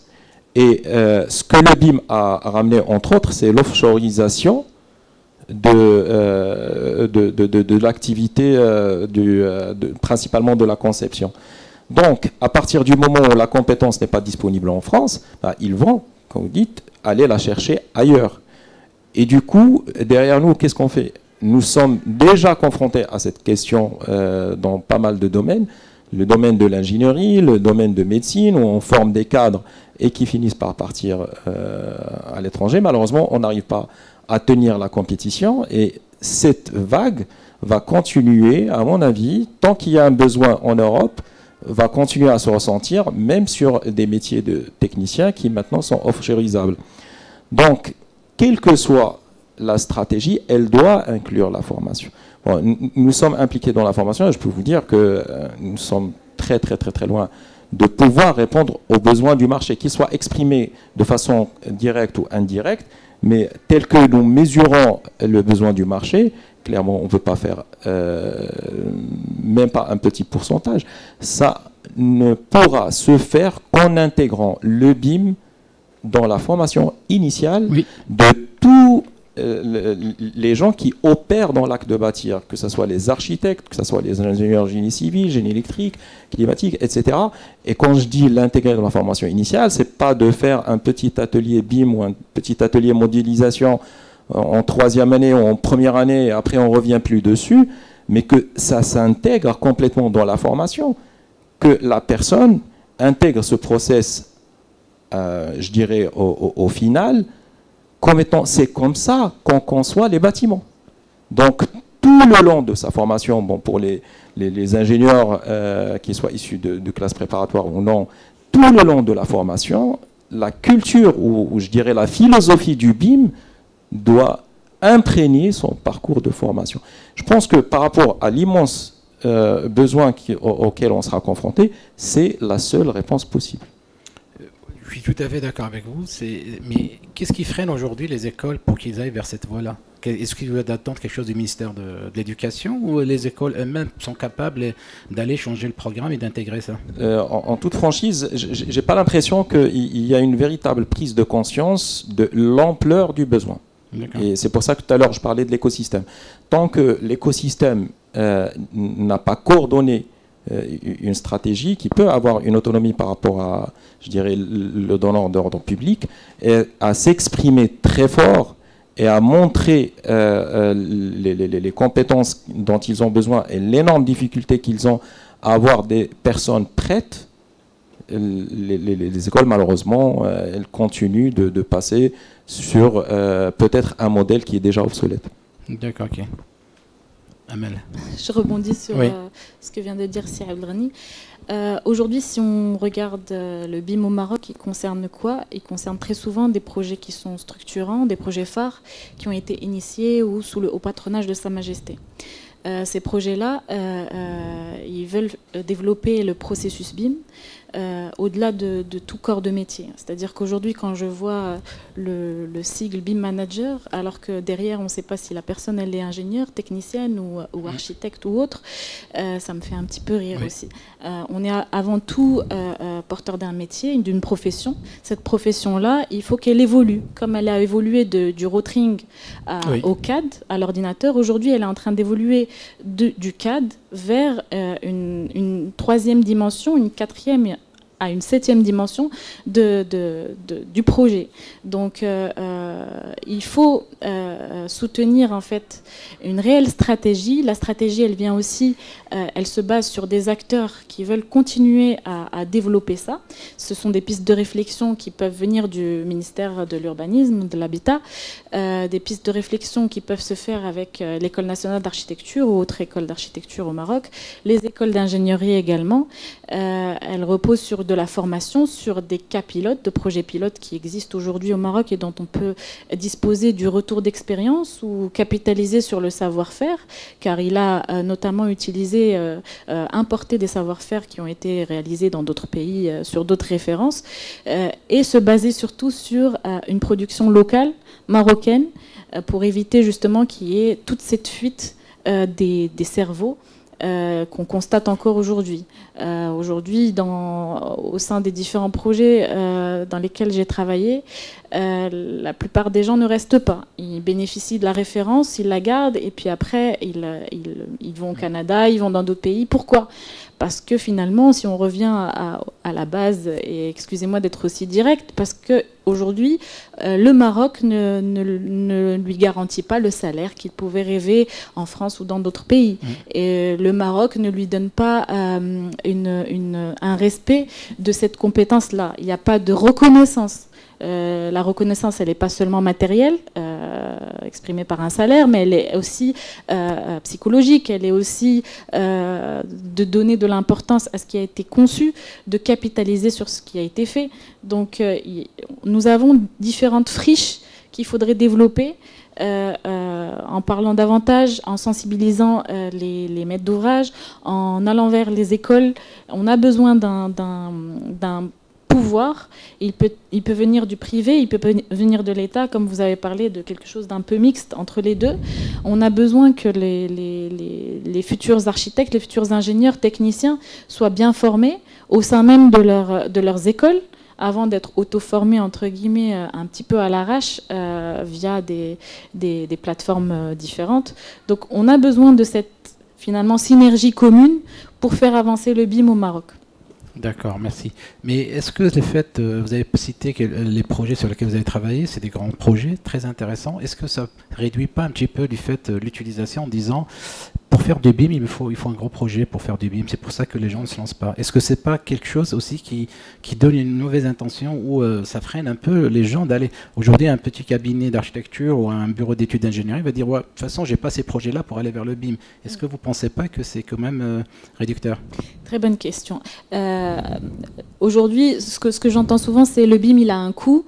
Il faudrait que je décroche le projet d'une tour pour pouvoir justement commencer à développer le processus au sein de mon entreprise, quelle que soit l'entreprise, architecte, bureau d'études, etc. Le BIM, il a un coût, c'est discutable, je dirais. Il faut certes un investissement, c'est sûr, sur de nouvelles méthodologies, sur de nouveaux outils, mais aujourd'hui au Maroc, force est de constater que la plupart des gens n'investissent déjà pas de base sur ces technologies, sur ces outils-là. Donc forcément, quand on parle de collaboration dans un cloud, il faut qu'ils autorisent certaines... je ne voudrais pas être insolente, mais disons-le clairement, aujourd'hui, les bureaux d'études et les architectes, ils n'investissent tout simplement pas au démarrage. Donc on a besoin quand même de peut-être une sorte d'intégrité, d'un contrôle peut-être aussi, et d'un suivi, d'une aide peut-être également des différentes banques ou des différentes possibilités aussi de partenariat pour pouvoir permettre d'avoir un écosystème qui soit plutôt sain. Avant de dire non, en fait, il est limité aux projets qui sont grands. Non, j'ai travaillé sur des projets qui sont certes complexes, où la partie, disons, modélisation, coordination est très importante. Donc oui, faire ces projets-là en dehors d'un processus BIM, c'est chose finalement impossible. Aujourd'hui, on a des délais de construction qui sont très très courts. On parle toujours de projets fast track parce qu'il faut qu'en l'espace de 5 ans, le projet soit conçu, réalisé, réceptionné, viable. Il faut que pour l'ouverture de tel ou tel master ou doctorat en telle ou telle discipline, il faut que l'hôpital soit inauguré, etc. Donc on parle de délais qui sont comprimés. Ils étaient déjà très courts, aujourd'hui ils sont vraiment comprimés. Travailler dans des méthodes standards, ça rend tout simplement impossible de réaliser les délais dans les qualités qui sont imposées. Aujourd'hui, le Maroc veut avoir quand même une qualité dans tous les projets qui sont entrepris à l'échelle nationale. Et donc, c'est en fait légitime que de travailler avec ça dans les grands projets. Mais on peut également travailler avec le BIM dans des petits projets et leur impact est tout aussi proportionnel en fait. C'est à chaque fois proportionnel au budget du projet. Donc si on travaille, ayant travaillé en BIM sur un lycée par exemple, c'est un lycée qui comprend c'est un petit lycée dans une petite commune et pourtant on a vu dès le départ de la conception une réelle maîtrise du projet qui fait que directement le maître d'ouvrage s'est dit ok, j'adhère, je comprends, j'adhère et puis pour tous les prochains projets je vais l'utiliser. D'accord, tout à fait, c'est bien clair par rapport à cette partie-là. Je pense que c'est vrai ce que vous avez dit, c'est que les bureaux d'études et les cabinets d'architecture n'investissent pas au début, ça c'est vrai, c'est une réalité. Peut-être même dans l'enseignement, on leur apprend de dire utiliser des versions dans l'informel. Donc il a pris déjà lui que c'est quelque chose de normal. On lui a pas dit attention, ne fais pas ça, c'est pas bon. C'est-à-dire dès l'école, on lui dit écoutez, allez-y sur Internet, vous avez. Et ça c'est vrai que c'est peut-être culturel aussi chez nous. Hein, donc c'est aujourd'hui pourquoi aller acquérir puisque ça existe gratuitement par rapport à ça. Mais je pense qu'il y a quand même quelque chose au niveau des appels d'offres et Madame Moumeyes peut confirmer ça. Aujourd'hui, on commence à exiger, je dirais, même donner des notes par rapport aux gens qui sont équipés, ça c'est une bonne chose, mais c'est vrai qu'aujourd'hui, cette notion, et là on parle de passage sur la piraterie, hein, donc aujourd'hui c'est vrai que c'est un fléau qui pénalise les personnes qui veulent aller vers de la qualité, qui investissent. Aujourd'hui vous avez un géomètre, un architecte ou un bureau d'ingénierie qui lui n'investit rien et qui va soumissionner autant que l'autre qui investit, donc il ne peut pas être, et on revient à la notion des moins de 10 ans, parce qu'il n'a rien investi. Même peut-être les gens avec qui il travaille, c'est des freelancers qui ne sont même pas déclarés peut-être. Bon, par exemple sur les appels d'offres, pourquoi, moi je posais toujours cette question-là, pourquoi sur les appels d'offres on ne demande pas le bulletin de la CNSS comme pour les visas, ou les gens qui travaillent avec vous? Je ne sais pas pourquoi on ne le fait pas. On demande les quitus comme quoi vous avez payé la CNSS, mais on ne sait pas qui travaille chez qui. Et ça, je pense que c'est quelque chose qui va freiner un petit peu cette notion de travailler partout et de dire, moi je suis manager qui travaille sur 10 000 projets, mais bon, à peine 2 ans d'expérience qu'il a. Donc ça, je pense que c'est un point qui est très important et ça rentre aussi dans l'écosystème. C'est tout, c'est l'enseignement, c'est les différentes fédérations, les associations, le ministère du Travail. Donc vous avez parlé aussi du coup, pourquoi on regarde ce qui se passe en Tunisie? En Tunisie, c'est les entreprises qui viennent créer du besoin chez eux. C'est pas on vient débaucher. Et ce qui fait peur aujourd'hui, c'est qu'on a cette tendance à beaucoup de gens sur qui l'État a payé, que ce soit dans les écoles d'ingénieurs, et dès qu'il sort, il a envie de partir ailleurs. Pourquoi? C'est comme si on l'a mis Je sais pas, c'est comme si le cadre de vie est médiocre au Maroc, et pourtant, je viens de France, il est bien le cadre de vie, sauf il faut s'intégrer, c'est difficile, c'est pas évident par rapport à ça. Bon, je pense, est-ce que vous avez quelque chose à dire avant que je passe la parole à l'Assemblée? Donc, si vous avez un mot à dire autour du BIM. Et merci, M. Ismaili.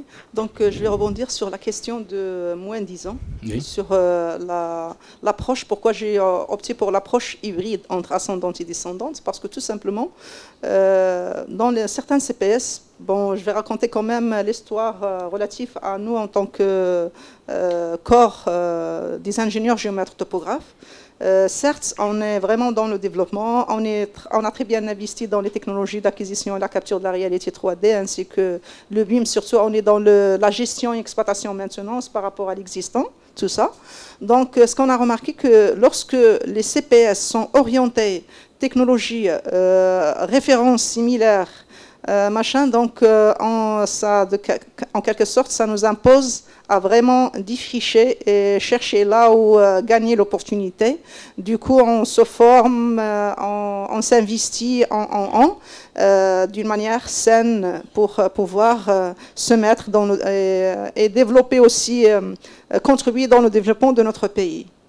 La problématique qui se pose, c'est que c'est comme si on a un déséquilibre. Donc, on est dans l'approche. C'est le privé qui se construit en premier. Donc, il envoie son personnel pour se former. Mais en parallèle, à part quelques-uns, peut-être M. Abdelghani, en tant que formateur, il peut bien sûr me valider ça, à part quelques-uns dans le secteur public qui envoient leur personnel à se former. Quel est le déséquilibre qu'on remarquera? C'est qu'on aura un maillon fort côté privé qui s'est formé dans le BIM, dans le processus, mais face à ça, pour pouvoir le contrôler, à travers, dans les marchés publics, on n'aura pas. Donc, au moins dans l'évaluation, j'ai rencontré des CPS, dans l'évaluation de la méthodologie adoptée pour pouvoir travailler dans le BIM, donc il n'y avait personne dans la commission pour pouvoir. Le marché, le CPS, l'appel d'offres a été lancé, mais au moins qui pourra juger sur la méthodologie, est-ce qui sera adopté, est-ce qu'il est bon ou pas? Donc personne n'est habilité à le faire. Donc au moins qu'on ait en parallèle quelqu'un qui peut juger déjà la possibilité de pouvoir réussir le projet, parce que, comme a dit Ismaili et mes chers experts, c'est que déjà, il y en a des gens qui ne sont pas dans la transparence et la clarté, donc ils n'ont pas de référence, ils ne se sont pas investis, ils ont bien sûr des logiciels qui sont piratés, donc machin, il y a vraiment, vous connaissez tous cette histoire derrière. Et ce qui rend ceux qui se sont investis dans la non-compétitivité. Comment voulez-vous qu'on impose le moins 10 ans, on n'a pas un observatoire et on veut avoir un équilibre? On demande l'impossible au privé pour pouvoir réussir nos projets. Donc quand même, il faut demander le mieux, disons, avoir des gens dans la commission qui savent, qui sont orientés aussi technologiques, qui sont orientés aussi, bien sûr, thématiques, pragmatiques, qui est notre industrie 4.0. Donc il faut vraiment penser à changer un peu la stratégie de l'écosystème en entier. Surtout, d'ailleurs, c'est la source, la clé de l'investissement, c'est quoi? C'est lorsqu'on a des CPS qui sont face à nous, qui demandent des outils, qui demandent des références.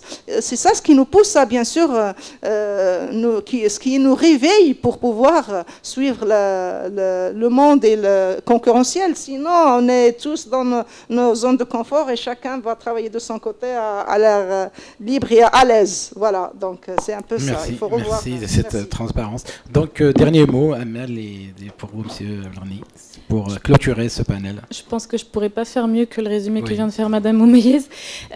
Juste pour compléter ce qu'a dit Madame Omeyyez, si on veut réussir le BIM au Maroc, il faut pas seulement qu'on réussisse la transition technologique, Oui. qui est plutôt technique, il faut qu'on réussisse la transition ressources humaines, changer le mindset. la transition législative, la transition du contrôle, etc.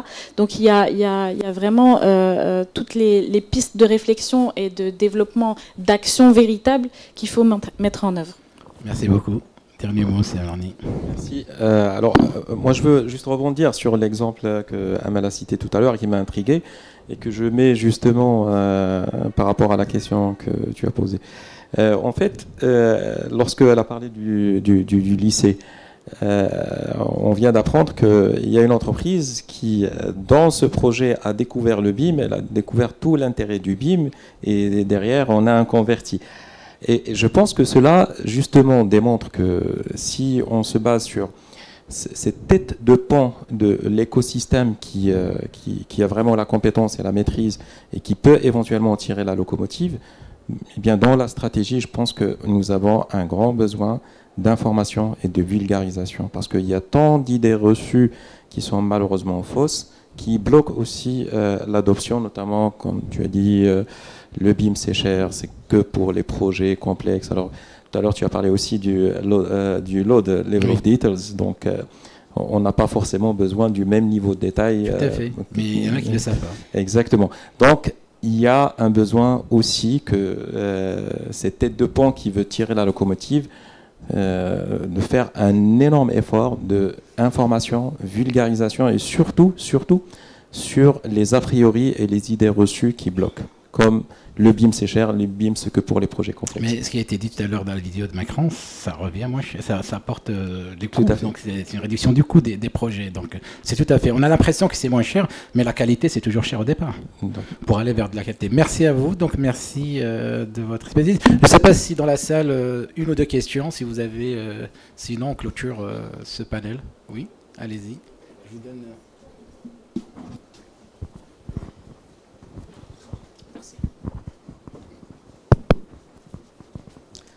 Salam alaikum, bismillah ar-Rahman ar-Rahim.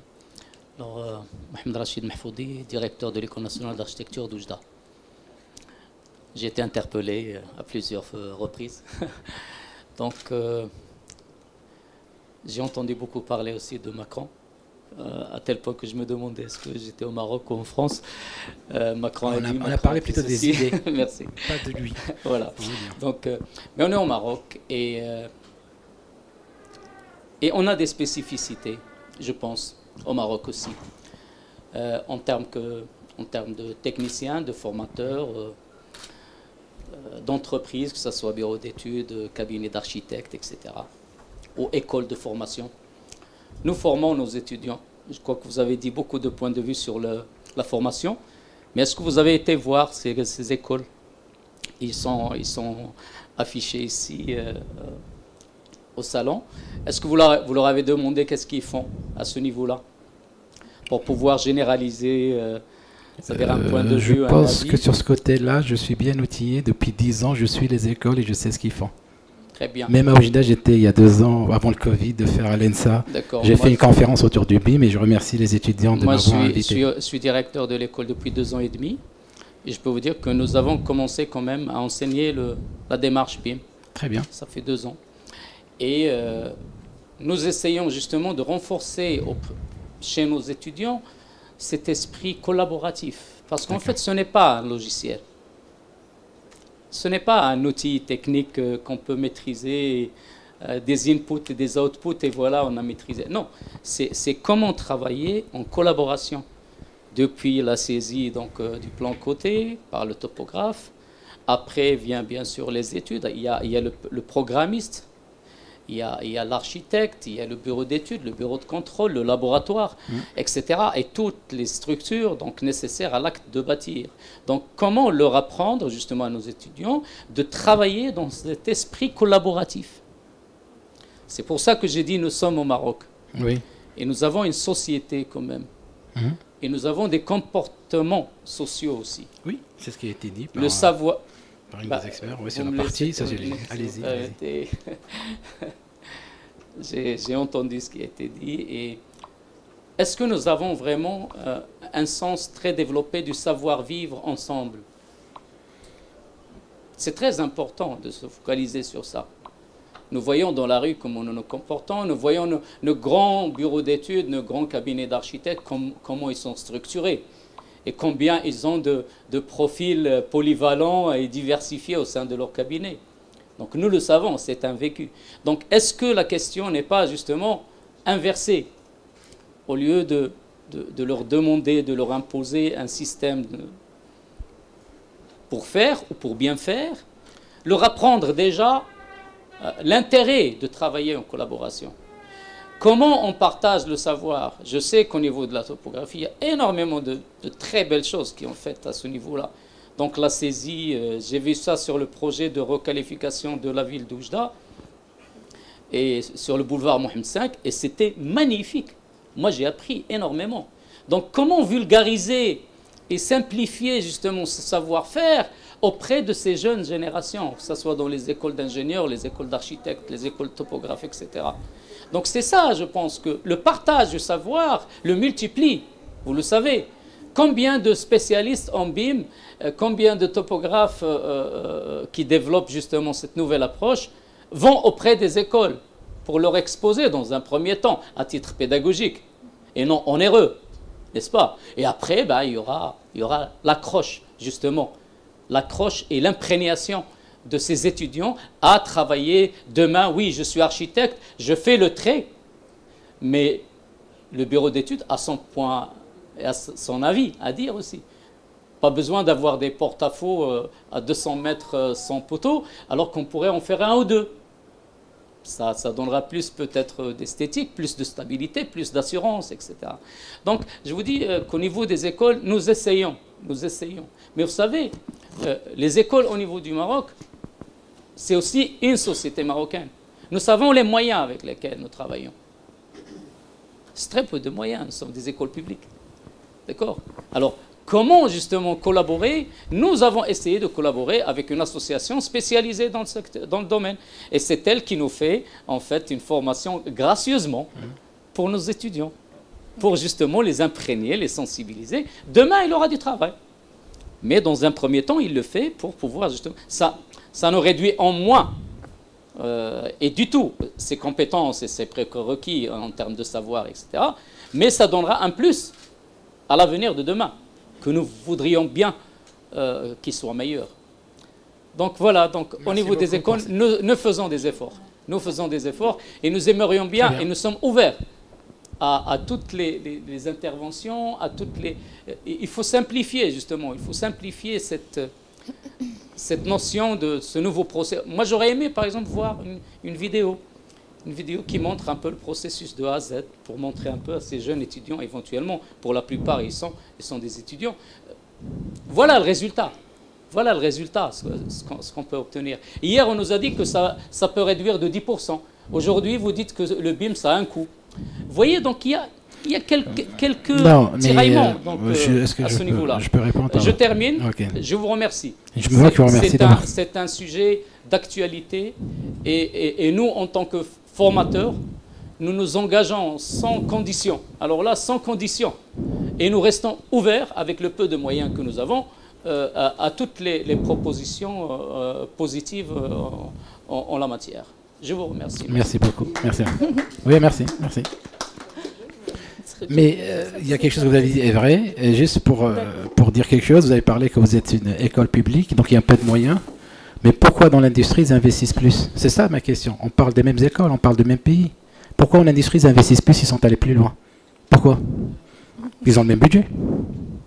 Donc il y a une question de volonté. Non, les écoles, vous savez, il y a des écoles de formation supérieure sous l'égide du ministère de l'enseignement supérieur. Oui. Et ça, c'est un créneau. Il y a des écoles qui ne dépendent pas des universités. Ils ont des départements d'appartenance. Et là, c'est la grande question. D'accord. Voilà. Ok, très bien, merci. S'il vous plaît. Allez-y. Allez-y. En fait, je pense que le message peut-être a été mal compris. C'est bon. Je pense que... Non, il manque, c'est pas ça. Non, sur le... Je pense que peut-être le message a été pas compris de la façon qu'on a essayé de le transmettre. En fait, on n'a pas parlé de situation individuelle, on a dressé un état général. Je pense effectivement que vos initiatives sont clairement louables et ça va dans, on va dire, l'intégrale des activités qui sont là pour tirer la locomotive, comme on a dit. Mais on a parlé aussi d'un besoin du marché qui est juste immense. Je vous donne un exemple. Même avec un BIM qui n'a pas encore entièrement décollé au Maroc, à chaque fois que je rencontre quelqu'un, un cabinet d'architectes ou bureau de génie civil qui sont déjà dans la démarche BIM, il me dit vous me ramenez un modeleur de qualité, je le recrute à n'importe quel salaire. Et bon, et la situation est là, il y a un déficit. Aussi l'exemple de Macron, en fait, pour moi, quand je parle de Macron, je dis attention au décollage du BIM au Maroc par rapport à une menace extérieure. C'est-à-dire, nous avons aussi un besoin immense en France.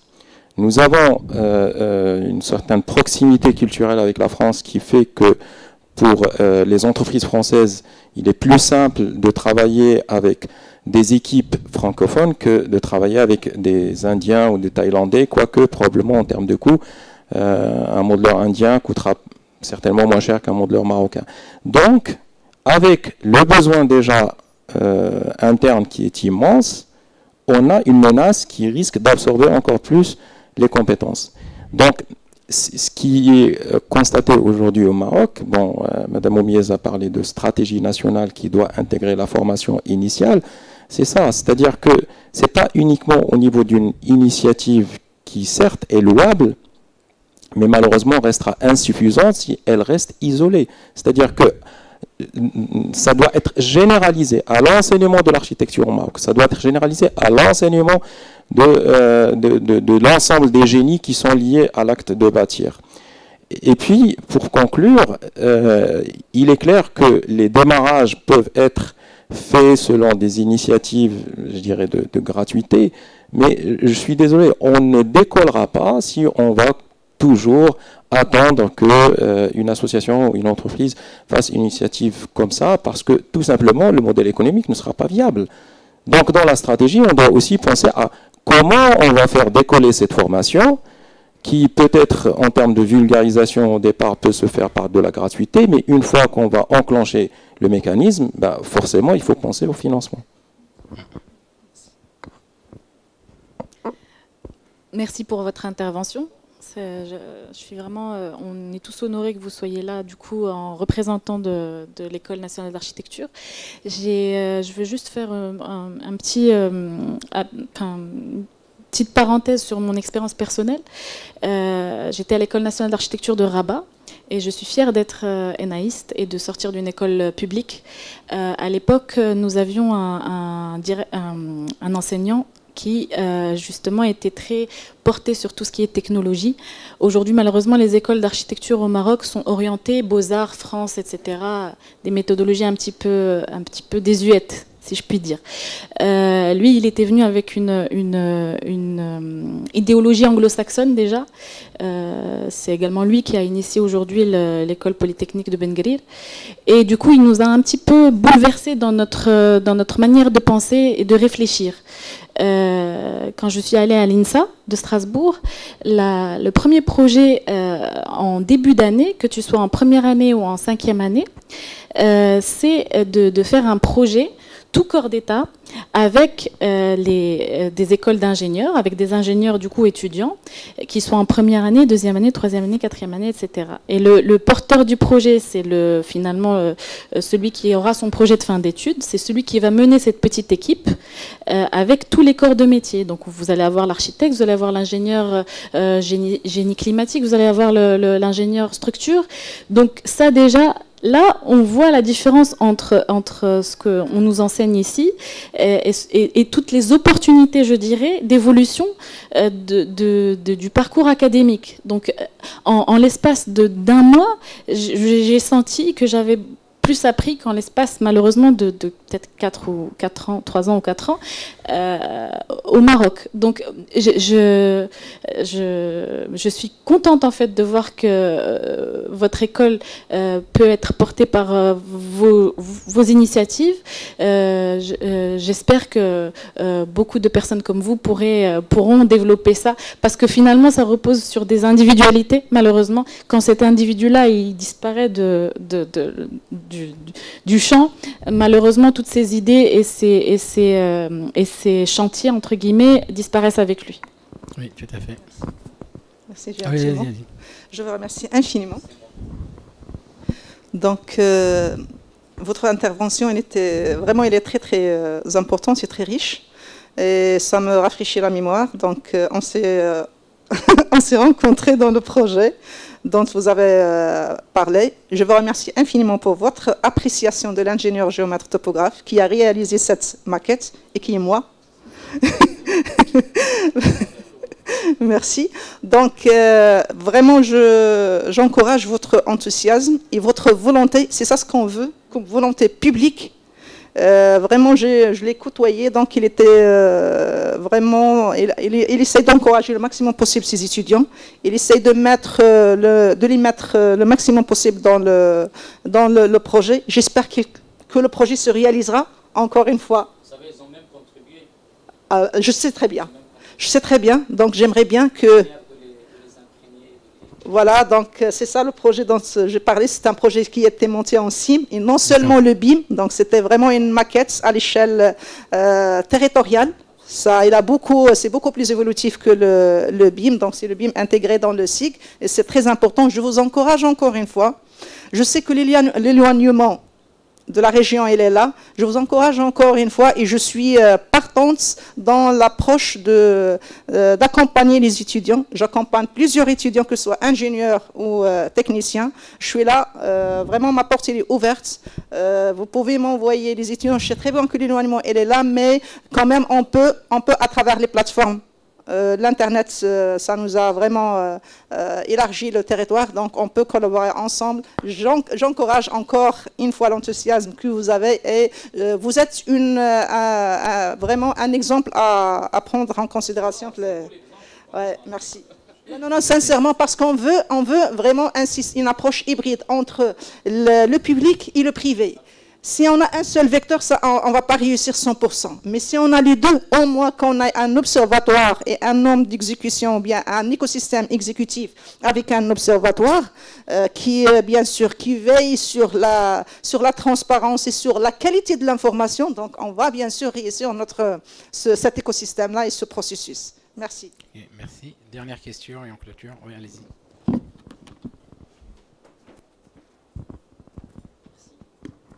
Donc, bonjour. Donc, je remercie les panélistes pour la qualité des interventions. Donc, j'ai bien suivi. Pour moi, le BIM, c'est un peu théorique parce que déjà, je me présente. Je suis déjà M. Kanan Hicham. Je suis représentant des maîtres d'ouvrage publics. Donc, je suis un praticien dans le terrain. Donc, ce que je peux vous témoigner, c'est qu'il y a un problème d'écosystème. Déjà, un écosystème. Le terrain n'est pas préparé actuellement. Mais il faut rester optimiste parce que le BIM, c'est une expérience étrangère. Donc, c'est un modèle à importer au Maroc. Donc, déjà, il faut préparer le terrain. Donc, il faudra déjà des prérequis et mettre en place une stratégie d'ici 10 ans ou 15 ans. Mais il faut déjà start. Il faut commencer déjà. D'ailleurs, pour répondre à ta question, qui va mener c'est un projet transverse pour moi, le BIM. Donc, il intègre plusieurs acteurs. Il intègre le ministère de l'Habitat, il intègre des architectes, des IGT, des architectes, plusieurs intervenants. Déjà, j'ai bien saisi l'intervention de Mme Amel Cohen. Déjà, la profession des métiers de BIM sont déjà des BIM managers, des coordinateurs managers, etc. ne sont pas déjà reconnus par l'État, primo. Deuxième chose, il faut les intégrer comme un acteur. Les membres de la commission des autorisations de construire, etc. Peut-être créer une agence pour... c'est la même chose, la transition numérique, c'est similaire à la transition énergétique. Donc il faut intégrer, peut-être il faut créer une agence qui soit responsable de ça, à l'instar de l'ADRE pour tout ce qui est thermique, et qui doit rédiger des normes et mettre des labels, des certificats pour les acteurs en place, pour que la réglementation suive, c'est-à-dire que la réglementation exige une pièce, par exemple un label, un certificat de BIM de l'agence, pour que ce soit possible de mettre en place cette approche, parce que cette approche est exigeante. Parce que vous avez dit qu'elle est portée par le maillon faible. Donc actuellement, déjà, le secteur n'est pas structuré, déjà. On ne peut pas comparer le Maroc à France, Belgique, les pays européens, ce n'est pas la même chose. Donc déjà, il faut préparer le terrain, il faudra déjà des tables rondes, mettre des tables rondes, une sensibilisation. Déjà en termes de coût, je pense que BIM il a un coût, puisqu'il y a beaucoup de déperditions en termes de coûts, elles sont dues à un manque de coordination, aux interfaces. Le chantier, par exemple, si on a plusieurs lots, un projet, donc on a plusieurs déperditions. Donc en termes de communication, en termes de transmission des données. Au dernier point, la transparence. Je pense que c'est question d'un mot de bonne gouvernance. Les chantiers, le domaine des bâtiments. Donc il y a un problème de transparence. Donc il va normalement, le BIM, j'ai compris qu'il faudra avoir des données fiables qui doivent transiter, les flux doivent être fiables de données. Donc on doit mettre en place un contrôleur. Pardon, c'est le coordonnateur manager, ce BIM qui va faire ce travail-là, parce que déjà pour vérifier les quantités sont réelles, sont pas réelles, que la maquette numérique soit la même niveau d'information pour tout le monde, c'est pas évident, c'est tout. Merci. Merci de votre intervention. Vous avez dit beaucoup de choses et vous êtes maître d'ouvrage délégué. Je pense que c'est très très important ce que vous avez dit, mais juste pour dire quelque chose qui m'inquiète moi personnellement en tant que professionnel. Je l'ai dit tout à l'heure, j'ai parlé du BIM en 2006. On peut me dire à l'époque, on ne marche pas. Je peux vous montrer la revue où il y a un article sur le BIM en 2006. CIP 2006, je peux vous le montrer tout de suite. Ce qui me fait peur, c'est de dire, on est encore en retard, on va le faire plus tard. Il y a 10 ans, j'ai fait beaucoup de conférences sur le BIM. Je pense que j'en ai fait pas mal, autour des écoles. J'ai présenté le process sur pas mal d'écoles qui m'ont invité gracieusement. Et malheureusement, à chaque fois, on dit, dans le futur, c'est pas aujourd'hui, c'est pas aujourd'hui, c'est pas aujourd'hui. Voilà. Mais l'ENSA de Oujda m'ont invité, je suis parti à mes frais et je l'ai fait gratuitement. J'ai passé une nuit, je suis retourné, ils étaient très contents. Vous m'invitez, je viendrai. J'étais professeur vacataire à l'EHTP depuis 2002, je l'ai fait gratuitement. J'en ai fait sur toutes les écoles, l'UR et ainsi de suite. J'aime l'ENA, ils m'ont invité, je l'avais fait à l'époque. Donc pour vous dire, c'est pas date d'aujourd'hui et il n'y a rien de derrière au niveau commercial. C'est plutôt pour monter, faire monter. Non, il n'y a rien de commercial derrière. De toute façon, pour les écoles, il y a des logiciels gratuits, donc vous êtes tranquille. Maintenant, la question que je pose, jusqu'à quand on va dire c'est pas pour maintenant? C'est ça la question que je pose. Comment? Question de volonté. Mais c'est ce que je viens de dire, il faut un système hybride. Parce que, est-ce qu'on attend? Je vous ai dit que jusqu'à aujourd'hui, aucun pays, à part 2 pays, qui l'ont obligé. Est-ce qu'aujourd'hui, de travailler en qualité, il faut attendre qu'on nous oblige à le faire? Est-ce que de travailler en collaboration, est-ce que ça nous oblige à faire, on attend une norme par rapport à ça? C'est comme l'efficacité énergétique, c'est tout le temps, c'est comme ça. Oui, ça c'est autre chose, efficacité énergétique, parce qu'il y a une norme qu'on a imposée, c'est comme le RPS, c'est comme la norme sismique. Dans le bâtiment, on a imposé une norme. Mais là, c'est de travailler en collaboration. On ne peut pas vous imposer à travailler en collaboration. Vous êtes libre à le faire. Non, on ne peut pas faire ça. On peut pas. C'est un état d'esprit, c'est un mindset. Il faut changer notre état d'esprit aujourd'hui, c'est un peu ça. Mais lorsqu'on dit on va attendre le jour où les cabinets d'architecture, les bureaux d'ingénierie, il n'y a plus personne, parce qu'ils essaient tous de travailler à l'étranger, on fait quoi dans ce cas-là? Et c'est là le problématique. Maintenant, c'est vrai ce que vous avez dit, mais jusqu'à quand on va dire ça va venir? Et si on attend que ça va être obligé, on aura encore des années devant nous. Parce que l'État, ils ont plus de choses à faire que d'imposer le BIM, que beaucoup de gens ne savent pas ce que c'est déjà, parce que ça fait référence à un logiciel, donc je dois acheter, ça fait référence à une formation, donc je dois former. C'est pas évident, c'est vrai que c'est pas évident. Bon, je pense qu'on va... Oui. Une petite question. Merci. Donc, je rebondis sur la question de prix, coût plutôt, coût de BIM. Donc, c'est vrai, s'investir dans le BIM, ça a un coût. Donc, c'est pour ça qu'il faut oser le changement. Donc, il faut s'investir. Mais par rapport aux bénéfices, hein?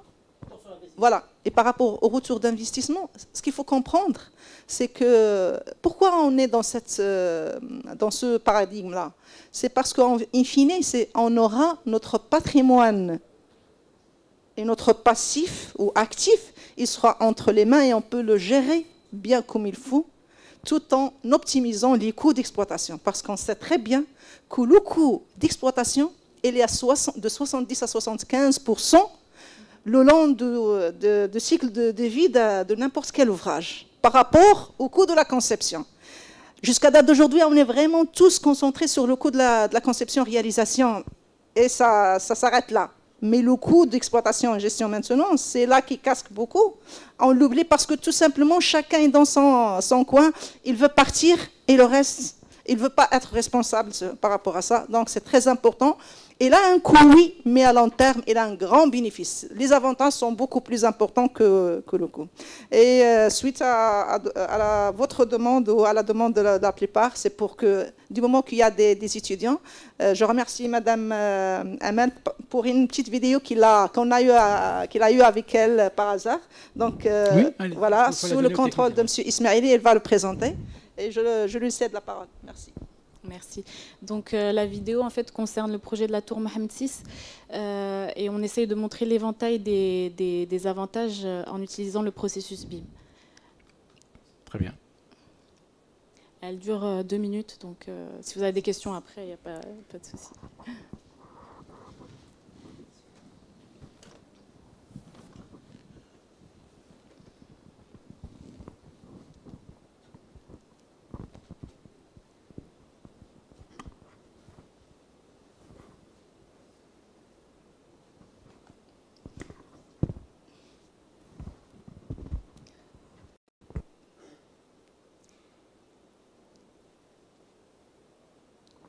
Ça va venir, c'est comme le BIM au Maroc. Hein. Il faut savoir quelque chose, pour les maîtres d'ouvrage, ça ne coûte rien, hein, le BIM, hein, pour les maîtres d'ouvrage. Ça ne coûte pas grand-chose, hein. C'est gratuit. C'est un très grand cas.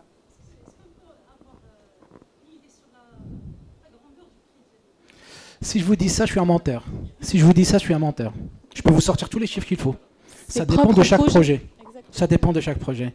Maintenant si c'est... Hein? Non, il n'y a pas. Il n'y a pas. Chaque projet, c'est un prototype. C'est comme au niveau de l'aéronautique et de l'automobile. Hein. Sauf la complexité que se fait par rapport à l'aéronautique, c'est que les maîtres d'ouvrage au niveau de l'aéronautique, c'est des dizaines dans le monde, sauf dans la construction, c'est des milliers de personnes. Donc voilà, c'est pour ça que ça devient de plus en plus complexe. Mais il n'y a pas, c'est question de manière de travailler. Je vais vous dire, je donne un exemple très simple. Une maîtrise d'œuvre, un bureau d'études, qui lui travaille dans l'informel. Demain, il veut basculer dans un projet BIM. Il doit recommencer tout à zéro. Il n'a pas d'équipement, il n'a pas de formation, il n'y a rien. Un autre qui est déjà équipé, ça va lui coûter 2 fois moins cher. Donc, vous voyez, donc on ne peut pas venir donner un chiffre. Tous ceux qui vous racontent des chiffres, c'est n'importe quoi. On a fait des études, même aux US, en France, ailleurs, sur des projets qu'on a définis. On a gagné, si on n'avait pas fait le BIM, de 20, 25, 30, 40, ça dépend. Mais ça dépend ce qu'on voulait faire et comment on l'a fait. Aujourd'hui, c'est aléatoire, on ne peut pas. Quand quelqu'un vous sort des chiffres, c'est qu'il est en train de vous mentir. Parce que chaque projet, il a sa spécificité, sa difficulté. C'est tout simplement ça. Mais aujourd'hui, en tant que jeune, oui. Oui, mais quand vous allez dans le process BIM, vous changez vos méthodologies de travail et vous allez vers de la qualité. Ça coûte cher au départ, mais après derrière, c'est déjà amorti. Je vous donne un exemple que j'ai vécu au Maroc. J'ai commencé à parler de logiciels, ça a pris un boom dans le logiciel chez les ingénieurs depuis 2002. Pourquoi? Parce qu'il y avait l'application du RPS 2000, donc de la partie construction sismique. Donc il y a un règlement qui est sorti qui s'appelait RPS 2000. Tout le monde devait acheter le logiciel, ça coûtait 150 000 dirhams. Les gens achetaient ce logiciel. Aujourd'hui, mais personne qui parle. Parce qu'ils l'ont amorti, c'est terminé. Voilà. Donc aujourd'hui, vous leur dites, vous faites, il ne va pas vous dire, ah oui, ça me coûte cher. Non, ça ne lui coûte pas cher parce qu'il a déjà fait l'investissement initial il y a 15 ans. Donc aujourd'hui, il faut faire très attention à ce que ces chiffres qu'on vous sort. Aujourd'hui, il faut le voir d'une manière, c'est un mindset qu'il faut changer. C'est tout l'écosystème, c'est ce qu'on voulait transmettre comme message. Ce n'est pas une école qui a fait le BIM, ça marche, ou tel prof, ou tel bureau d'études. Non, c'est tout l'écosystème qui doit faire. Et ça commence dès l'école pour apprendre aux gens à travailler, comme il a dit, au niveau collaboratif. Donc voilà. On peut lancer la vidéo, s'il vous plaît? D'accord.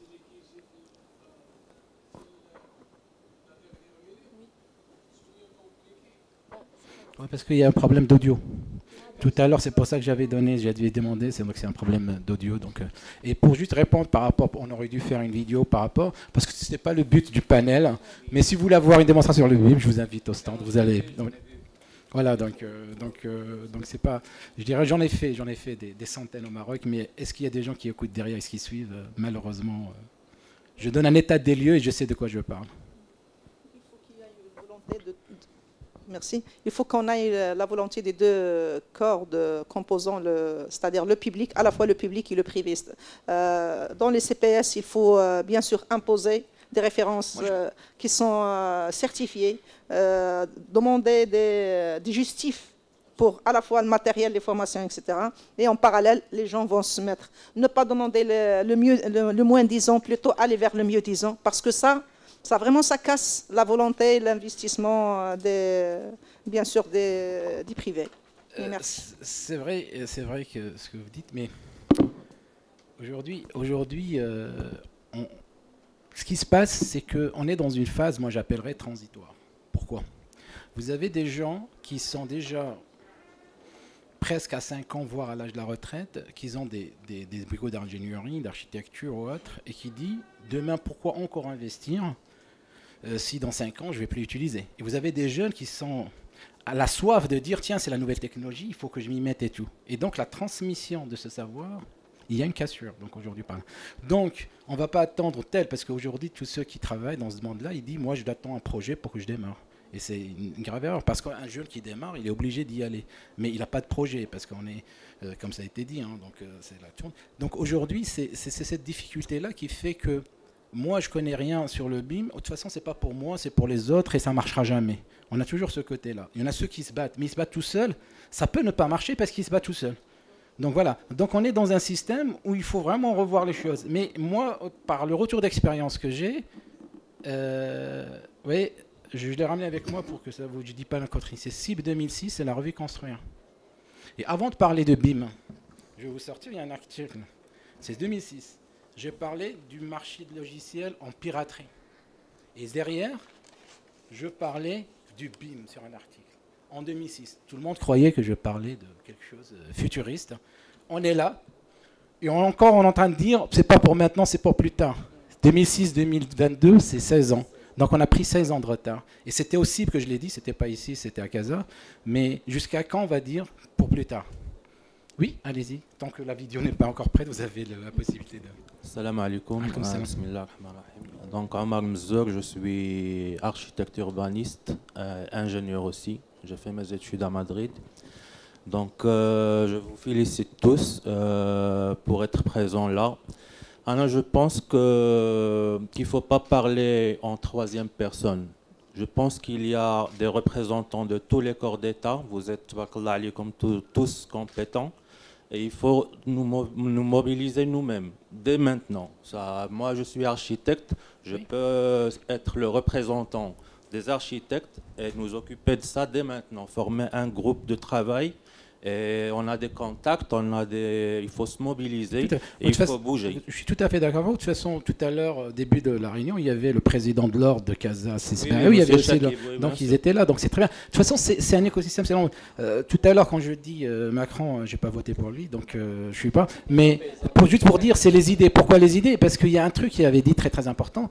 Il l'a dit au président. C'est un président qui le dit à une fédération. Vous, les fédérations, vous devez nous aider à prendre la transition. Donc il n'a pas demandé à lui, je vais imposer. En moins lui, il s'adresse aux fédérations. Et je ferme la parenthèse. Exact. Voilà. Message reçu. Donc je pense que le mindset, il est déjà présent là. On a le on est présent. Je ne vais pas convaincre des convaincus, parce que si vous êtes là, c'est que vous avez un intérêt déjà. Bien sûr. Donc, nous, on parle de ceux qui ne sont pas là. Le message que je vais transmettre... Le problème là, il est déjà résolu. Oui, voilà. Donc si vous êtes là, c'est qu'il y a un intérêt. Donc c'est déjà réussi. Hein. Donc voilà. Donc si vous venez pour passer 2 heures à El Jadida pour nous écouter, c'est que si vous n'avez pas un intérêt, sachant qu'il y a pas mal d'exposants où il y a des choses intéressantes. Oui. Oui. Le BIM, théoriquement, intéresse tous ceux qui ont ici dans le salon. Oui, mais je suis tout à fait d'accord. Ils pourraient même vendre plus facilement leurs produits s'ils s'intéressent au BIM et s'ils intègrent ça dans des bibliothèques BIM. Oui, tout à fait. Les 500 exposants, c'est vrai. Moi, je dis toujours, dans que pour apprendre la natation, pour apprendre à nager, il ne faut pas apprendre les règles de la natation. Je suis désolé, il faut se jeter dans l'eau. Avec bien sûr, à côté, un bon maître nageur. Avec une bouée. Voilà, donc, et c'est ce qu'on essaie de faire. On se jette dans l'eau, on n'attend pas. On n'attend pas, on agit.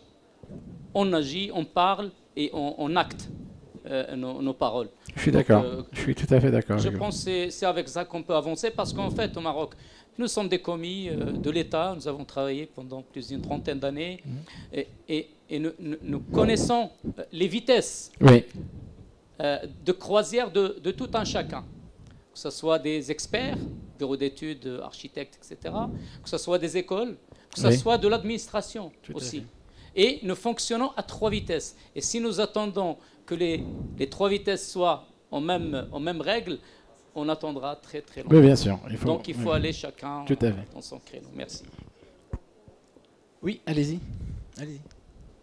Prenez le micro. C'est vrai que depuis tout à l'heure, vous levez la main, désolé. D'abord, je voudrais vous remercier pour cette conférence qui est, je pense, très très importante pour les jeunes dont je fais partie. Et donc, je pense que c'est aussi très important de connaître l'avis de l'angle des étudiants. Donc, personnellement, moi, je suis futur architecte, je suis en 6e année. Et c'est vrai qu'on a eu la chance d'être initié au BIM pendant plusieurs années. Il y a eu un investissement dans ce sens-là. Mais est-ce que ça suffit après 6 ans de formation, est-ce que ça suffit à dire qu'on est BIM manager ou qu'on est professionnel dans ceci? Ben, je pense, oui, je suis convaincue que non, ce n'est pas le cas, qu'il faudrait peut-être rajouter une autre formation par la suite, etc. Mais effectivement, oui, on a été initiés pendant nos années et des interventions comme celle-ci sont encore plus intéressantes pour nous et pour comprendre l'importance du BIM qui est aujourd'hui malheureusement pas très très prise au sérieux. Voilà. C'est aussi, quand on finit nos 6 ans en tant qu'étudiant d'architecture, est-ce qu'on est finalement architecte? Je pense que non. On commence, on découvre la profession. On est resté en 6 ans dans beaucoup de théories, malheureusement, et pas assez de pratiques ou de projets en interaction avec les entreprises, etc. Donc ça, c'est toutes des chantiers qu'il faut ouvrir, quoi, ou qui sont déjà en cours d'ouverture. Donc non, ça prend du temps. Tout changement prend du temps. Tout à fait vrai. Je vais m'arrêter là pour laisser la vidéo, mais juste pour répondre à ça, ne cherchez pas à être BIM manager, cherchez à être bon architecte ou ingénieur. Parce que dans quelques années, on ne va plus parler de BIM manager, ça sera de l'acquis. Voilà, donc c'est quelque chose qui va devenir. Aujourd'hui, on essaie de dire BIM manager pour se différencier un petit peu des autres en disant oui, j'ai étudié, j'ai fait un master, j'ai fait des choses. Bon, peu importe.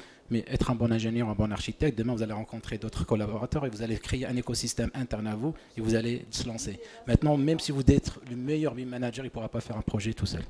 Donc voilà.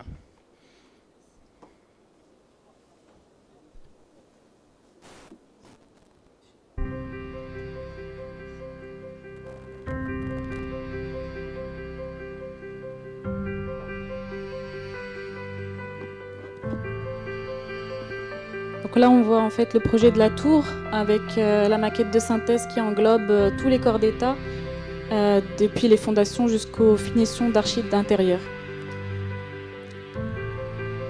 Ce sont des passages où on a effectué la synthèse et la coordination de toute discipline, notamment pour lancer l'approvisionnement par exemple de la charpente métallique avec les bonnes réservations. Le BIM a permis aussi de pouvoir aider à la décision auprès du client et des bureaux d'études tout au long du projet en fait. Dès qu'il y a une demande de modification, qu'elle vienne du client ou qu'elle vienne de l'entreprise, on l'identifie, on identifie l'impact sur tous les autres corps d'état et puis donc du coup ça aide au client à décider finalement s'il opte oui ou non pour cette modification. Donc c'est vraiment pas uniquement la modélisation, hein. Je tiens vraiment à souligner ça. Elle a aussi aidé à suivre les livrables et à préparer les dossiers de consultation des entreprises Donc le plus on est précis, le plus les réponses des entreprises sont précises aussi. Le projet de la tour est quelque chose de très précis, donc il faut que les entreprises soient tout aussi précises. Pas mal de choses sont faites en usine et viennent être montées uniquement directement au sein du chantier. Donc là, le taux de tolérance est vraiment très petit. Puis aussi, ça a aidé à la planification 4D et à la mise en place de toutes les méthodologies de chantier. Donc la construction, c'est aussi des méthodologies. Ça nous a aidé aussi à mettre en œuvre des choses qui étaient complexes, qui n'ont jamais été faites au Maroc. Et grâce à des entreprises marocaines, ça a été fait aujourd'hui et ça va pouvoir être continué sur d'autres projets.